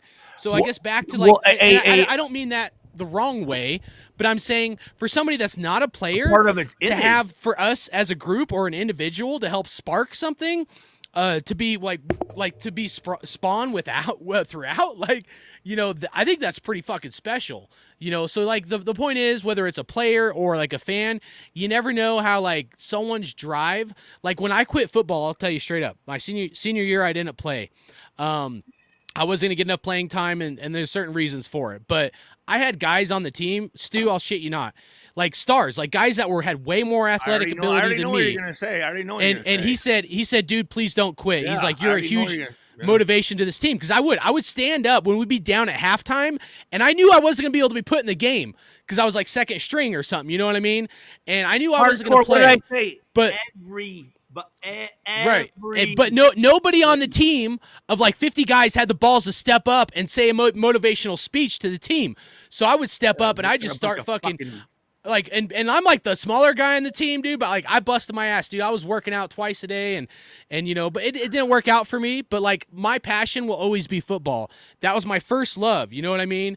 And it's like the world's greatest sport. I don't give a fuck what anybody says. Yeah. Like I could be a coach, but I'm older now, and like, you know, I mean, I run a business and stuff, so it just you know, that probably page is like, you know, crossed in my life. But well, here's the other funny thing. I have coached little league. I have coached some little league, you know, but even like certain things. I'm gonna say this to do you like Violator or Wayne? I like calling you. What do you call me? Whatever you feel, Stu. Okay, look, all right. Look, I'm good with both. Okay. I like Wayne. I like Violet, but I like Wayne. I just, when them damn seagulls would come out, it just was never good, right? Them motherfuckers. If those fuckers came out towards the end of the third quarter, I'm going, God, this ain't gonna. This game's probably not gonna fucking end well, dude. Yeah. So, but when you brought up the seagulls, I saw Wayne. You started to laugh, and I'm like, I know exactly them fucking seagulls at fucking the Coliseum, dude. Look, if you haven't gotten bombed by a seagull, you don't know what the fuck Stu is talking about. When they started chirping, singing, they're ready to eat. That means the fans get the hell out of the way. And to go back to what you guys were talking about earlier, man, it's just how you treat people, because this game, they've made billions of dollars, and they still are, over the experience. Everything that the league has done, and will do is about selling that game that we love now. You don't have to sell it to us because we love it, but you still sell it to us every time. But from a fan's perspective, I love you, Stu, because you've heard us chant your name when you came out there. Us, you were a fucking warrior. That's all we want from these guys. Be warriors. Whether it's one season, 2 seasons, we don't give a damn. Give us all you got, because we're bringing all we've got. I want you to know that I don't know if you understand how serious what you just said. And love you, brother. That's all I'm going to say. Hey, man, there's nothing like, you know, I was in the Army and stuff, man. There's nothing like the national anthem, the lights coming on. Like, for me, like, football, like, made my heart skip, man. It did, dude. Like I feel you, Stu, man. It hurt, dude. There was nothing that hurt me more than to be able to have someone acknowledge that. You're a great dude, Stu, and you're a great Raider, and you'll always be a Raider. You were. And you're that gladiator, brother. Hey, and anybody who says otherwise can eat a dick. And you know what I mean? I just want you guys to know, though, that we like that's it really is between life and death. Like, getting that acknowledgement, because if you don't, it's like, fuck, man, I put all this into it, and you know, like, for what? Like, what the fuck? No one gave a fuck. Give them their flowers. We all gave a fuck while they can smell them. Yeah. So I don't take it lightly. So. Well, that's the first time I told you that, Stu. But you know, every time I see you, it's a bunch of people. We can't talk, but I'm telling you tonight, I love you. Thank you. What you left. I love you, and I love all you guys. I truly do. Hey, Stu, let me. I'm gonna share something with you. We do have to get out of here soon, but I'll share this last thing with you. I was in the Army, dude. I was stationed in Texas, the one place I didn't want to be. Raider Critique, I didn't know him back then. He's actually like 15 minutes from where I was stationed at a little shithole called Killeen, Texas, and it's not clean. That fucking place is not clean. Sorry, Critique, I love you, but I hate Killeen. It's not at the fucking shithole. But everybody there is Cowboy fans, dude, right? Everybody's Cowboy fans. You wouldn't think Cowboy fans would care about the Raiders or Raider Nation or anything, right? We're not in it's not AFC, teams. No. It's not AFC West. It's nothing like that. Cowboy fans, dude, like I had there's 3 people, 2 sergeants and another guy who were Cowboy fans. And then there was one was like a Colts fan. They were doing pretty good then.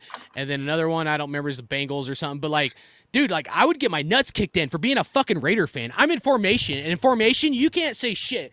You gotta stand at attention, dude, like this, or parade rest, and fucking stand tall and shit, man. Your feet be burning and shit, like crazy shit, man. And like these motherfuckers just be talking shit to me.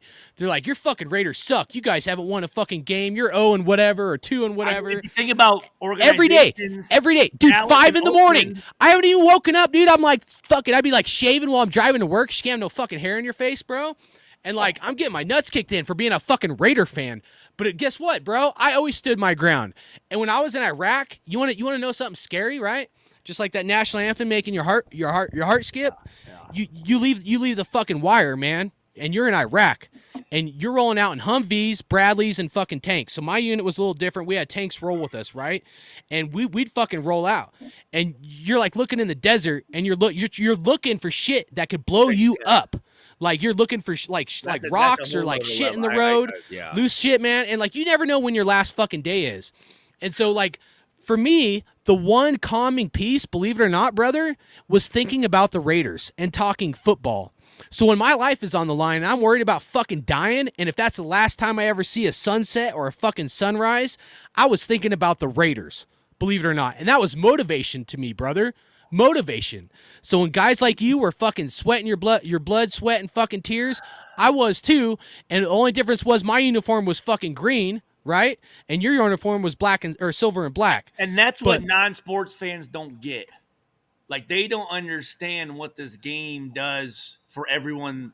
Like, why do those guys get paid this much? And why do people freak out about it? It's like it's, again, it's something for us to all, like, how often can races and religions and financial backgrounds and fucking come together and cheer for one fucking thing? You know what I mean? Right, and absolutely. Like, it's like you said, it was the one thing that, like, that was your, like, that's why sometimes I'm like, don't fuck with the game too much. Like you're fucking with some shit right now. Like what made it great was that we didn't talk about the outside shit when it came to football. We just talked about the football part of it. You know what I mean? And it's like, fuck, man, let it go back to that where we don't have to fucking go in there and, there's shit on the field or this player is saying this. It's like, dude, just play just that. I want to go in the stadium and watch this game and forget about all that shit.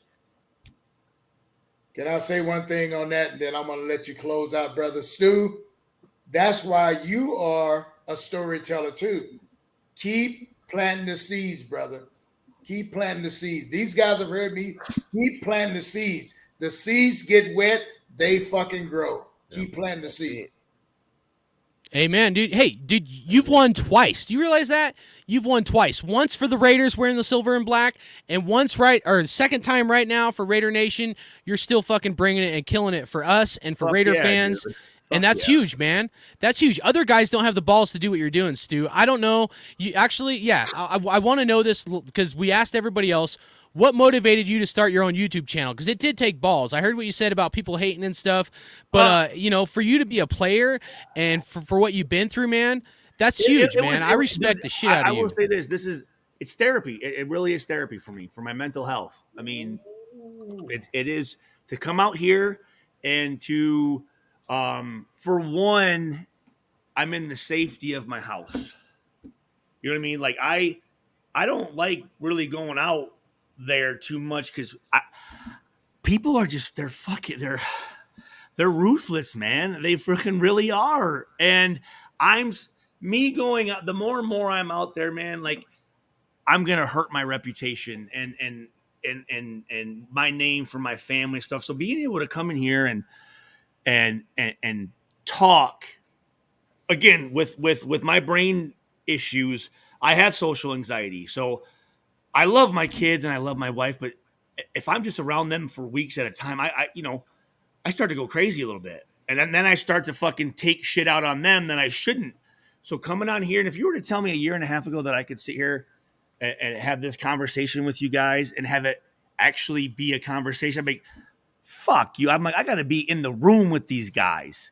Like, I need to be able to touch these guys. But when I have these conversations and I'm done, I felt like we were sitting right in the same room together. So I get that guy time and I get that once in a while we get pissed off at each other and get those emotions going. I'd rather yell at fucking OG than, take it out on my son for no goddamn reason or something, And that's the other thing too that I think I want to let the fans know that football players, they're we're emotional, dude. We play with emotion, right? Fans are emotional, right? And if we get a little loud and we get a little boisterous or we swear at each other, that's what happens. That's what men do.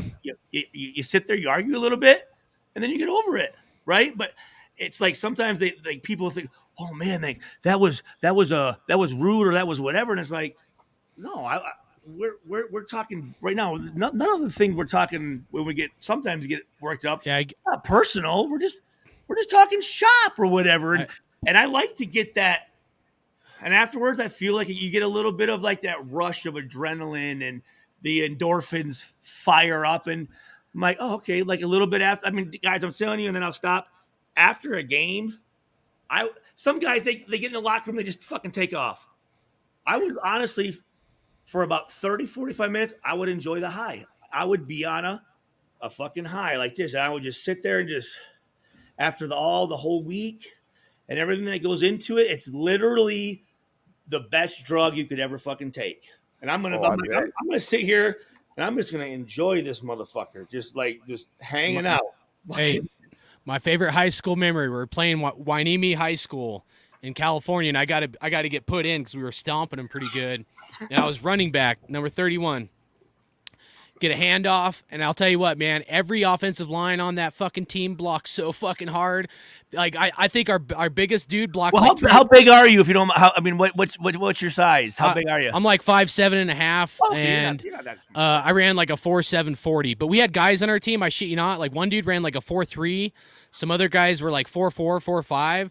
But they had talent, but like they just didn't have the heart. You know what I mean? Thing. There's but guys. Like, if we could put fucking you and someone like you, I see some of these guys. I'm like, you know how fucking disrespectful you are being by using that fucking God-given fucking like what he gave you and just letting it go to fucking waste, man. I'm like, yep. Oh. Hey, I'll share like besides my favorite high school memory of like my coach saying, "How about Rudy?" Because everybody called me Rudy, you know what I mean? Because I was a little guy, but like I played really hard, you know what I mean? Like I would hit guys like to where like they wouldn't want to go against me on drills, but everybody pounding on the lockers, Rudy, like it was like a movie, dude.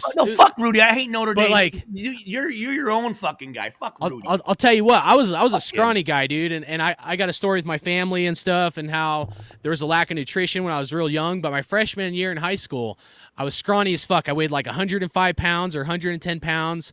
I benched 110. You probably a hell of a wrestler, weren't you? At that, usually I did wrestle, and I was really angry. Fastest time, I you can believe me or not, but fastest time I ever pinned a kid was 4 seconds. I believe you. 4 seconds. I pinned a kid in 4. It takes 3 seconds to pin a guy. I pinned a kid in 4 seconds. People like I would have been a state wrestler. Like I hate to say that, but I probably would have been a state wrestler. That's when I lived in Montana.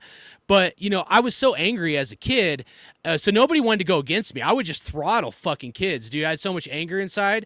But from then what, if you don't mind me asking, from what? From what was the anger from? Oh, we would need about a 3 or 4 hour show, and I don't know if I want to open up those demons, but there's some deep demons there. But and I held those demons with me for a long time until I moved to California, and I just was like, I wanted to get past them. But I used it as motivation. Like I had this girl, I shit you not, she made fun of me, like laughing, because she wanted to date me when I was a freshman in high school. She was dating a friend of mine. He was a running back. He was bigger than me, and she would watch him bench, and he's like repping with 145, and I couldn't even bench 110. 110 was my max, dude. I shit you not.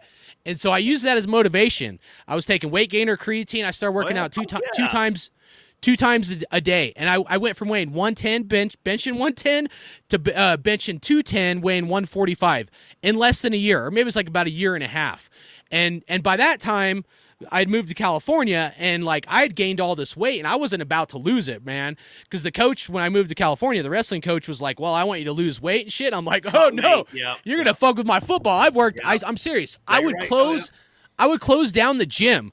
Whoever was like the coach that would like stay after for an hour or two, like the coach would be like, hey, Rudy, like, or call me my name, but he'd be like, "Hey, we got to go. I got family to go to. Yeah, I'm like, that doesn't make any sense to me because you don't really have a whole lot of passion and drive. It doesn't seem, you know what I mean? So I don't know why you would. You don't seem like a high energy guy at all. I did, man. Like, dude. God damn it, get off the roids. Hey, I told the coach, you want to know why I quit football? Because I wasn't going to play my senior year with everything I'd put in and not start at least one game. So I told our head coach, who's this Italian dude, he came from he used to coach at the high school, and then he went and coached college for a little bit, and he came back. Oh, so he's a big shot. He's a big shot. And I told him, I was like, hey, I want to start for one game. And there's a little more to it than that. I said, I want to start just for one game, a few plays, you know? And that was fair. That was fair. At least give me a fucking shot. And he told me to get fucked, and I told him, take the football and shove it right up your fucking ass. Yeah, that's what I would say. And nobody talked to this coach that way. I went out of the locker room yelling, shove that football right up your ass, and nobody had the balls to do it. And that's how I ended my football career, because I wasn't going to do it, dude. I'd earned a fucking spot on that team, and not just a spot, but I was somebody that dedicated, and I bled with those fucking men, dude. So I told my story. I had another year on my contract, and I did a similar thing, and so I know what you're saying, dude. Like, I did things the way I thought things should have been done. You know what I'm saying? Like, so I'm with you on that. I fucking go take your contract and shove it right up your fucking ass, motherfucker. Yeah. Hey, man, that's passion, dude. You can't. You know what, Hardcore? I've got a similar story. It's in the book, actually. But my mom told me something at a young age. Hold on. How do I get this book? Sorry. Is this new? Is it moto-sports.com, Stu. Just text me. You got my text. What's it called? I'll put it in the chat. What's it called? It's The Walk, Footsteps of My Journey. Okay. So that's from my childhood up until 2019. Forgive me for not knowing about it. No problem. But I wanted to lead this with Hardcore. My mom taught me something at a young age, and Stu can relate to this because being in the pits as a professional, it's not always the size of the dog. No. It's the size of the fight in the dog. Now I got another message from player. A player. He was telling my youngest son at the time. He says, "Look," and I was the same way. They told me a Raider player. No, this was a Dallas. Emmett Smith. I'll just name drop. Emmett Smith told my youngest son at the time, "Don't worry about the size." He said, "They told me that for years." So you can relate to what I'm saying. When you cross those lines, if you turn on that gladiator spirit, don't matter. Yep, it doesn't matter. That big dog is getting out of your way. It doesn't matter. That big dog will get out of your way. And those words, just that spirit, I will take to the grave. So when I'm in the stands, I'm just as big as the biggest D tackle out there. Come and challenge me if you want to. All right, hey, I'll tell you the big story, and this one fucking hurts, man. This one hurt. I got to do it, man. So it's your fucking show. Do whatever you want. I was a junior in high school.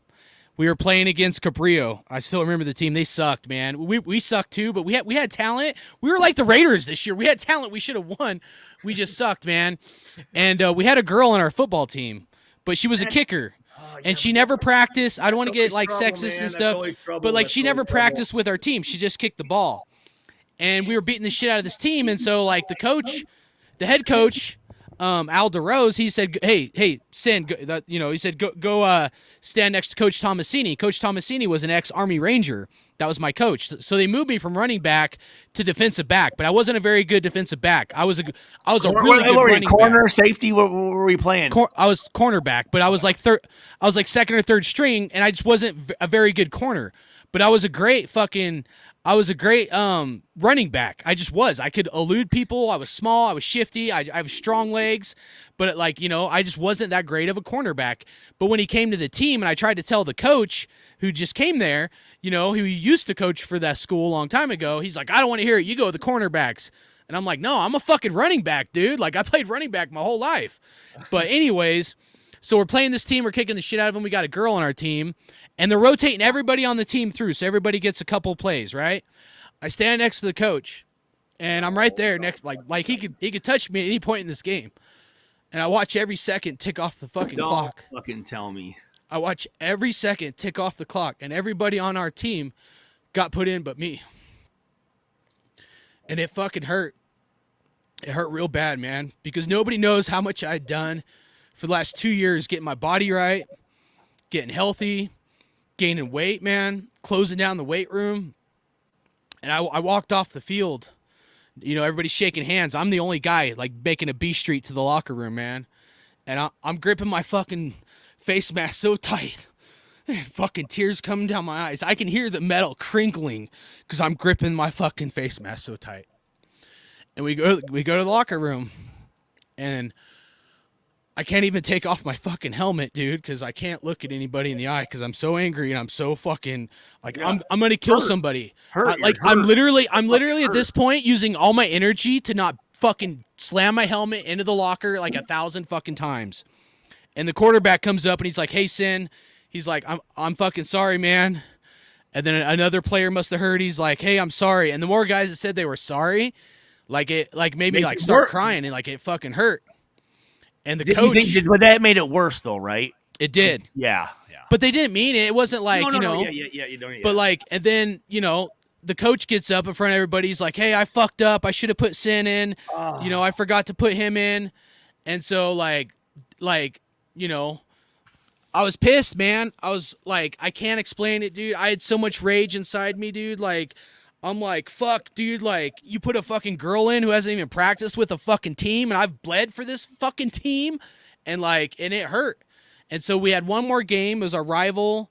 We weren't going to go to the playoffs. They were, and they're like, "We're going to put you in for a kickoff to make up for our fuck up," and that doesn't make up for it. So we sucked. So like, we only got like one touchdown. The moment's gone. You fucked it up. I'll never get a chance to get that back. We only got one touchdown. So like, I got one kickoff, and then it was halftime. We got the ball back, or no, we kicked the ball off, and the guy I was supposed to be in, he was a senior. So a lot of the seniors actually respected me a lot. You're a junior, right? You're a junior at this point? I was a junior, yeah. And like one of the seniors was like, it was like something out of like the Rudy movie, dude. Remember I told you I had the nickname Rudy? He's like, "Hey," the coach's like, "Where's fucking Mitchell? Sean fucking Mitchell, where the fuck are you?" Because there's only 10 guys on kickoff. And he's like, "I'm not going. I'm not fucking going. You better put Sin out there. I'm not going." And this is our last game. We're not even going to the playoffs. And the coach is like, "What?" He's like, "Where's fucking Sid? Sid, get the fuck out there." So I go running out in the field, just like Rudy, after everybody was out on the field. And, we do our kickoff, and I didn't do anything, for that. But the problem was, dude, the problem was, even though, like, I knew how the shit really went down, like, people at the school were like, "Oh, a girl played and you didn't." And like, I got like in fights and shit with people for fucking running their mouth. When did you get in that confrontation with him, though? With who? With your coach, when you said, "No, I'm not a DB, I'm a running back." So this is what led up to me telling him I want to start, because I went the rest of the season and then into the next football season, and the juniors are coming up, and some of them were like questionable if they might be able to start over me. So I was like probably the third cornerback, right? But I wasn't going to get playing time. And so, I spent all that time hearing from everybody how a girl played on the team, and I didn't. Well, that's what I'm saying. What I did, that coach fucking he did that. So what I did is I gave the coach an ultimatum. I said, "I'm gonna fucking start for one game, right? For fucking everything I've put up with," and fucking he didn't want to hear it. And that's when I told him, "Take the football and shove it up your ass." And that's when I quit the team. And I said, "Fuck it." And I'll tell you, man, it brings tears to my eyes even now, because I was so passionate. And I loved my fucking football team, and I love football. There's no other feeling I've ever had, Stu, that adrenaline, that like skipping my heartbeat and shit, dude, than fucking Friday Night Lights and playing football. High fucking, dude. But the reality was, dude, like I just wasn't like, I didn't, like, I had the heart, but I just didn't have the skill. I didn't have the body type to go to college or anything. But I still should have been able to play for one fucking game. I earned that. And that is that coach being mad because you had an opinion. I'm telling you, we'll talk some. The reason why I left the Raiders was the exact same shit that you're talking about. And I always hated that because I had a training business, and I always hated when I heard kids say that a coach ruined that experience, because that was, again, football in my life, just like in your life, was such a positive fucking thing. And a coach took that away from you, and a coach took that away from me for many years. And finally I said, fuck that, dude. I'm going to get it back, man. Hey, let me tell you something, Stu. I wasn't first in anything, right? I joined the Army. I joined at 23. I joined the Army, right? I fucked my knee up.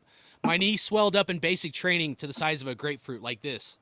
Every time I would run, like the first mile, right? Or I could run for about a mile, and then it would hurt so bad it felt like someone was stabbing a fucking knife in the back of my leg, like that. Every time I stepped, and all these motherfuckers that ever fucked with me, guess what? Even in basic training, some dudes made fun of me, saying I wasn't gonna pass basic training. I used that shit. Fucking asshole. And when we got to the end of basic training, we had to do a PT test. Right? 3 miles, right? Wasn't it 3 my miles? knee was like magically healed in like 2 weeks. And I started running. I pushed my way to the front, right? I start running. It's a 2 mile run. Okay. Oh, it's 2 miles. I thought it was 3. Okay. Army is 2 mile, right? So you run halfway there. You turn around. And you run back. Right. Yeah. So I'm pretty close to the halfway mark, and I'm like, nobody in my platoon has passed me. Each platoon is like about 50 guys ish, right?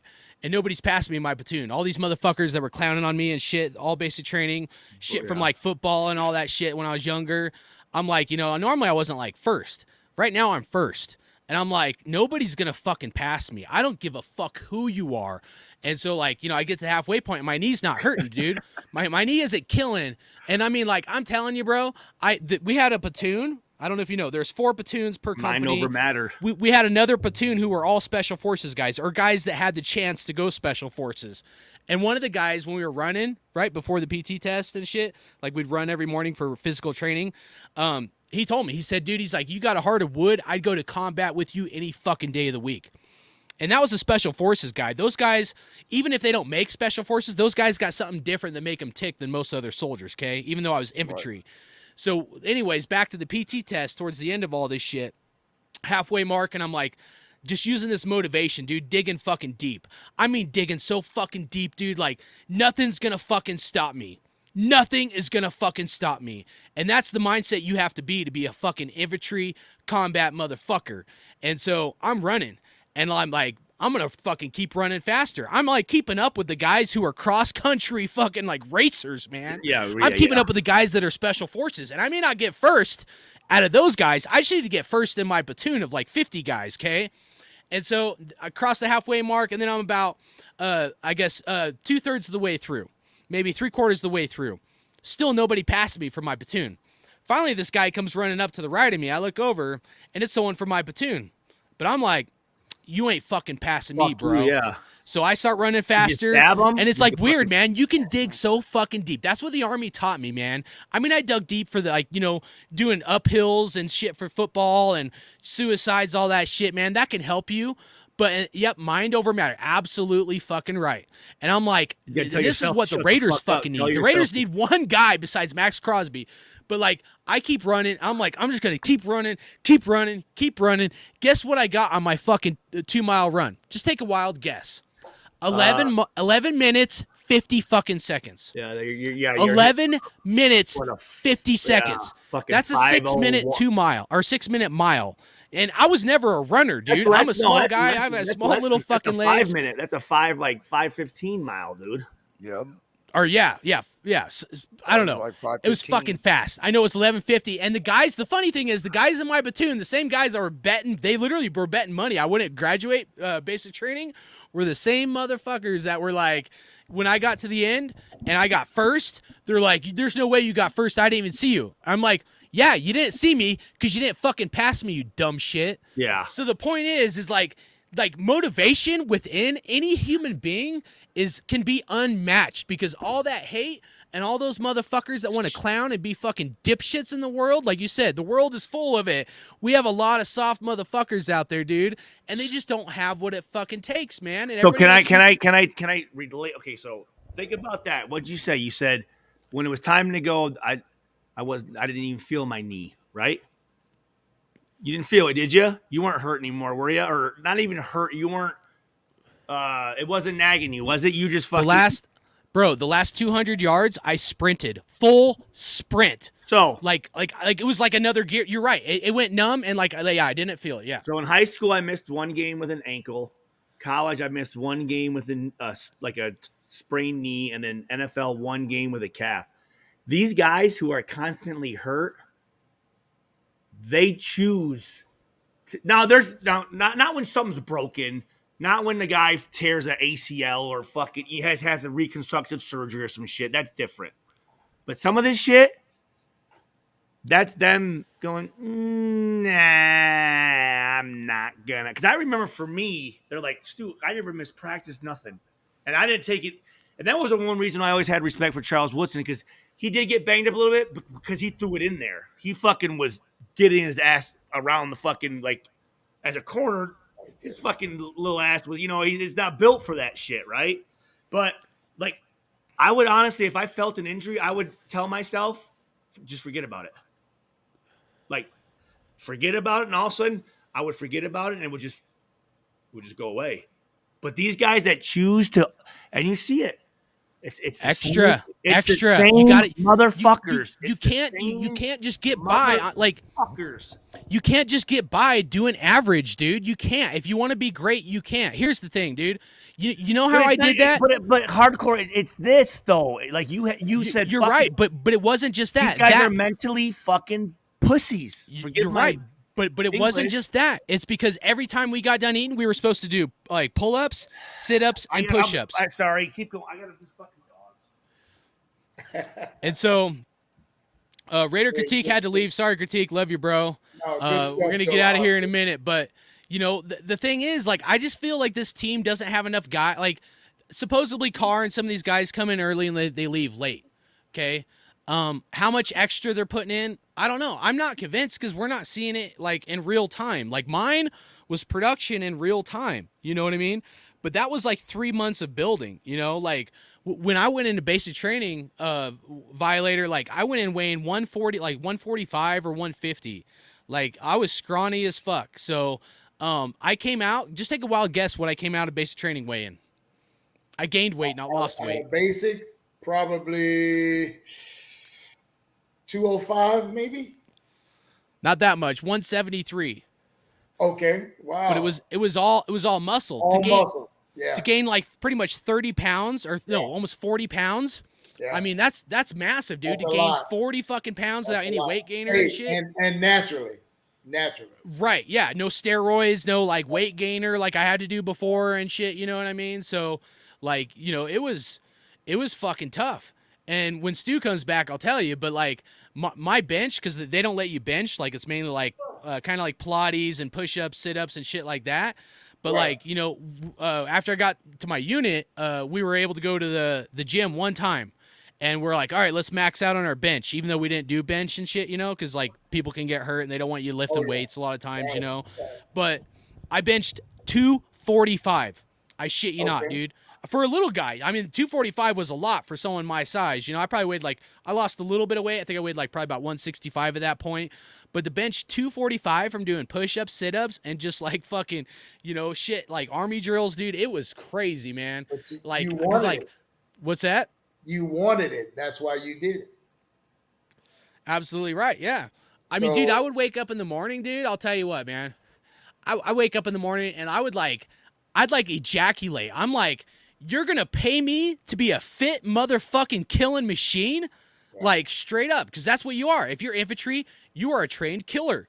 You are trained to learn how to fucking be an expert shooter. At least I was an expert shooter, and how to be able to fucking kill people and not fucking die. And like, you're going to pay me to be physically fit? I was like, this is a fucking amazing job. Other people wake up in the morning and be like 5, 6 a.m. and they're like, oh, I got to work out. I got to run. I'm like, let's go, dude. I'm fucking ready, dude. I'm like, fucking every morning, dude. It was like, ugh. I just like, and you got all these other guys running, because there's different units. Everybody's fucking doing PT at the same time and doing like cadences, like, airborne ranger, like just dude, the cadences and shit, man. The cadences, believe it or not, they build your lungs, because as you're running, you have to exercise your lungs, fucking yelling those cadences and shit. Yep. And it was just like, man, like, it was a good thing to be like when I was in the army, to be in the army, and I was like one of the top guys even after basic training when I went to my unit, so it just goes to show that story about football. And then after that, I use that same motivation, that same tenacity to be a dogfight, to be a dogfighter. And that's like, I feel like we need more guys like that. I thought guys like Abram were going to be like that. Max Crosby, I think, is that guy. I know some guys are kind of quiet, maybe they show by their actions, and that could be important to some degree. But there's just not enough guys besides maybe Josh Jacobs that are fucking bringing it, and Devontae Adams for this team, man. But hardcore to me, as an older statesman, I wish Stu was here because he would light up.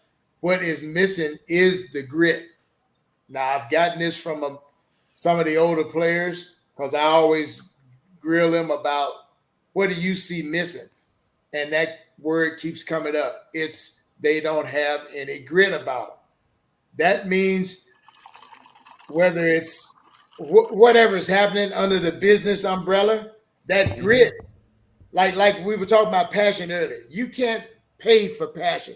You can't put a price tag on passion. And the league knows that. So they kind of like play us like a fiddle. I'll take myself. I'm probably been looked at like the biggest joker out there, but I'm committed to what I'm committed to. And if I can show one person before they put dirt in my face, stick with something if you love it. Why do you say, what do you mean joker? What do you mean by that? All the years of dedication, Stu. I was just talking about passion. You can't buy passion. Are you saying because you're out there dressed up and that? Okay, gotcha. Yeah, okay. Yeah, doing all the stuff. We were just talking. I got but you. I'm just saying, if you can inspire one person by that little bit of passion, all the money in the world cannot buy that. And they know that. Raider Nug, dude, if you're still in here, I'm going to give you the last GameStop card. Raider Nug, dude, you've been in here for a while, and you've had some really great comments. All right, well, hey, here's a $50 Outback. No, you should save that for your channel, for your viewers. Okay. Yeah. Not that I don't appreciate it, but I just think, you know what I mean? Like, do something special for your guys. You know what I mean? Yeah, you're right. Yeah, that's true. I appreciate it, but No, like, you know that's what I mean? true, yeah, you're right. It was just something, dude. I've been blessed, dude, from work and stuff. It's like I've it was been wanting to do $100, that. not a The whole thing lot, with but I me, wanted to though, give back. I have a hard time, like, I want to do it, but then I just can't get myself to like go to the fucking mailbox or like go to the fucking post office and actually like send it out. It's fucking weird with my head shit. Like, I just can't get myself to fucking do it. So I'm like, fuck. I know I want to give. I have all this. I have T-shirts and all stuff to send out and this, and then big heart. That's called big heart. Big heart. Hey, I'm not perfect, dude. I've got some stuff I struggle with, especially from combat and shit, man. So like, I feel you, man. Well, there's a lot of parodies between former football players and armed forces, or right? Well, hold on. I mean, I hate to do this, but there's a difference between like sitting behind a desk, like a Air Force or something, and like being a combat with boots on the ground. You know what I mean? So like, like I'm not saying that you can't be in the Air Force and deal with some stuff, or the Navy, but Marines and Army guys, because not all Marines are going to be infantry type guys, but and not all Army guys are going to be infantry guys either. But there could be tankers and scouts that deal with stuff. I mean, most definitely. But to me, also too, there's guys that's funny you say that, because there's some guys that played 10, 12 years, but they didn't really play that much, right? They kind of came in as a backup, and then they didn't redshirt, but they were on practice squad, and then and those guys are generally the guys that they kiss a lot of rear end, and those guys travel with the coordinators, and you're going, this guy played. I played 14 years, but did you make any plays? Like, did you do anything? Like, journeyman. Anybody? Journeyman. Anybody left in the chat? I do want to say this one last thing. Hey, hold on here. I want to hear. So this. Let's see the kiddos. If you don't mind. This is my two. We call these. So these are we call them the little ones. These are the little ones. I have two older ones, but this is Alex. That's my son. Hey, buddy. Alex. How you doing, buddy? What's up, buddy? He turned 5 October 9th. Yes, sir. Nice. And then happy late birthday. They said he came out 11.1 pounds, so his nickname's Chubby Man. But he's supposed to be 6'5", 6'6". So I think he might be like a Max Crosby, or like a DN. Or something. I was hoping for like Hey, Stu, he'll pick up where you left off. Wait, hey, are you gonna be bigger than me? They can't see you. Are you gonna be bigger than me? You gonna be taller Yeah. than me? Hey, I want your and your dad's autograph, all right? Because you're gonna be a star And then one this day. one, this is my little Avery. She is my little twin. I have my baby pictures. It's see like the eyes? yeah, I see the eyes. Yeah. Yes. she was she's you're 3 or you're 3, 2, you're 3. Yeah, she turned 3 in August. So What's up, Avery? Avery Grace, Alex. What's up, Alex Alex? Clifford, after my grandfather who Look passed at that away. game face. Look at that game face. You ready? Some cute kids. Yeah, he's ready. He's like, Thank let's you. go. Look at that game face, man. I gotta go up. I gotta get their show back on. So hey, thank you, Hardcore. Hey. Wayne, I'm gonna hit you up. I'll hit did you you get up. it? Did you get it? I got it. Okay, and Hardcore, you're never bothering me. And sometime I will tell the reason why my NFL career wasn't as long as it should have been, because it's very similar to why your high school career wasn't as long as it should have been. It's very similar. Hey, appreciate you, Stu. Have a good night, brother. Thanks, guys, and everybody in the chat. Thanks, man. You guys kicked ass. And I'll probably come back and probably jump into Raider Ben. Yeah, Ben's. But thank you so much for letting me pull up, guys. Hey, love both of you very much. I love everybody in the chat too. Thanks, guys. For life, brother. Love for you, bro. life. Hey, Raiders Down Under. Sorry, buddy. He had to get going. I was gonna ask him, but he had to get going. But yeah, just the last thing I want to say, and like I think Wayne, you could probably relate to this, but no matter what any of us have dealt with in our life, besides football and stuff, is like stuff can be motivational. It's like here's how I look at life, right? Because I've been through a lot in my life, younger years, football stuff, army stuff after that. But always try to like take in the good and do away with the bad. Sometimes you can use the bad or the negative as motivation for something else, but don't always let that like bad like motivation to be like the only thing that makes you tick, because then you always have to have drama in your life to make you tick. However, you can turn negative things as motivational things to make you strive above and beyond the typical thing. So like most people in life, like for the army and stuff, right? Most people, even before the army and like with football, I was probably right about here, right? The army like taught me to go here, right? And you think that's all you got. And then you learn to give a little more and you give up here. And so I just want to encourage anybody, whether it's a business, like you're working for someone else, a job, you want to be a manager, you want to start a business, is to figure out like things like that can motivate you and how to like always stay the course to stay motivated and do not become complacent like the Raiders are right now, because we are definitely complacent. You know what I mean? And if you can do that and you drive on and you find that motivation, you got to find something that a passion that drives you and like just makes you thrive, dude, where you're going to fucking kill it every day, even if it's a shitty job you hate. Every shitty job you have could be a resume for a better job down the road, right? But you always got to be willing and able to get out of your comfort level and take that first step or take that step to whatever that next chapter is going to be in your life. And it can be scary. Like besides combat and stuff, scariest thing I ever did or decided was to start my own business and start working for myself full time. Because when you have a mortgage and car payments and stuff, that's pretty fucking scary. You know what I mean? Like you have a family, wife, kids, and stuff like that. So, you know what I mean? But like, it's possible. Doesn't mean it was easy. I can't tell you how many weekends and evenings I've spent away from my family, holidays, Christmas Eves, missing family events and stuff. But it is possible. You just got to keep grinding, keep that motivation. And even if the Raiders suck or if we're not doing well, that doesn't mean that you can't be killing it in life, no matter what it is. Number one, always. Good stuff, brother. Listen, I want to add to that. You take from life what you take. Like I say, you filter out what you don't need, but you feed off of stuff that moves you forward.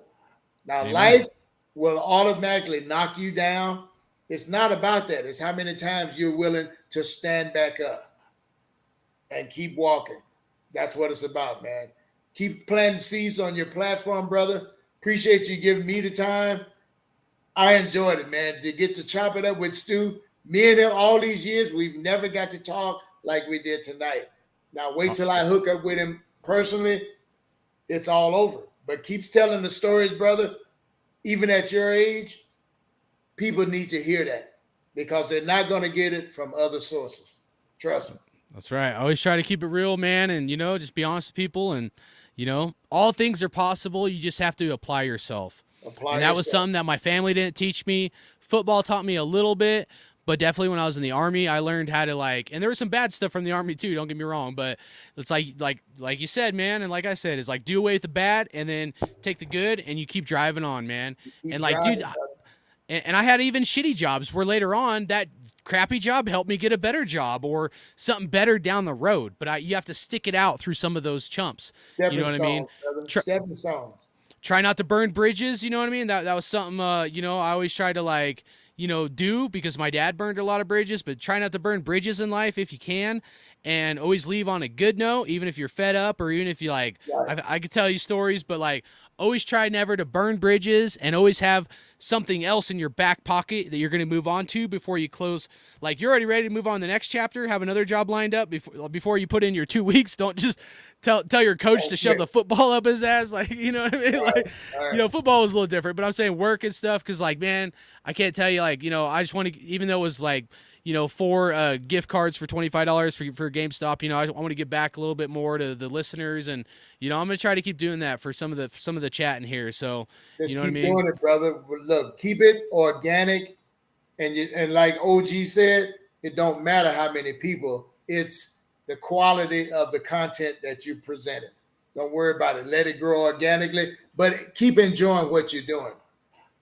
Amen, brother. I wish I could do it more, but I work a lot, and but hopefully we can do another one in a few weeks, and we'll definitely have to bring you on again at some point, and really appreciate your time.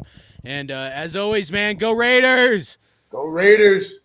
Much love, Violator, and then everybody in the chat. Thank you guys for joining. Hit the like, sub if you're not subbed, and we'll catch you next time. You got it, brother. For life.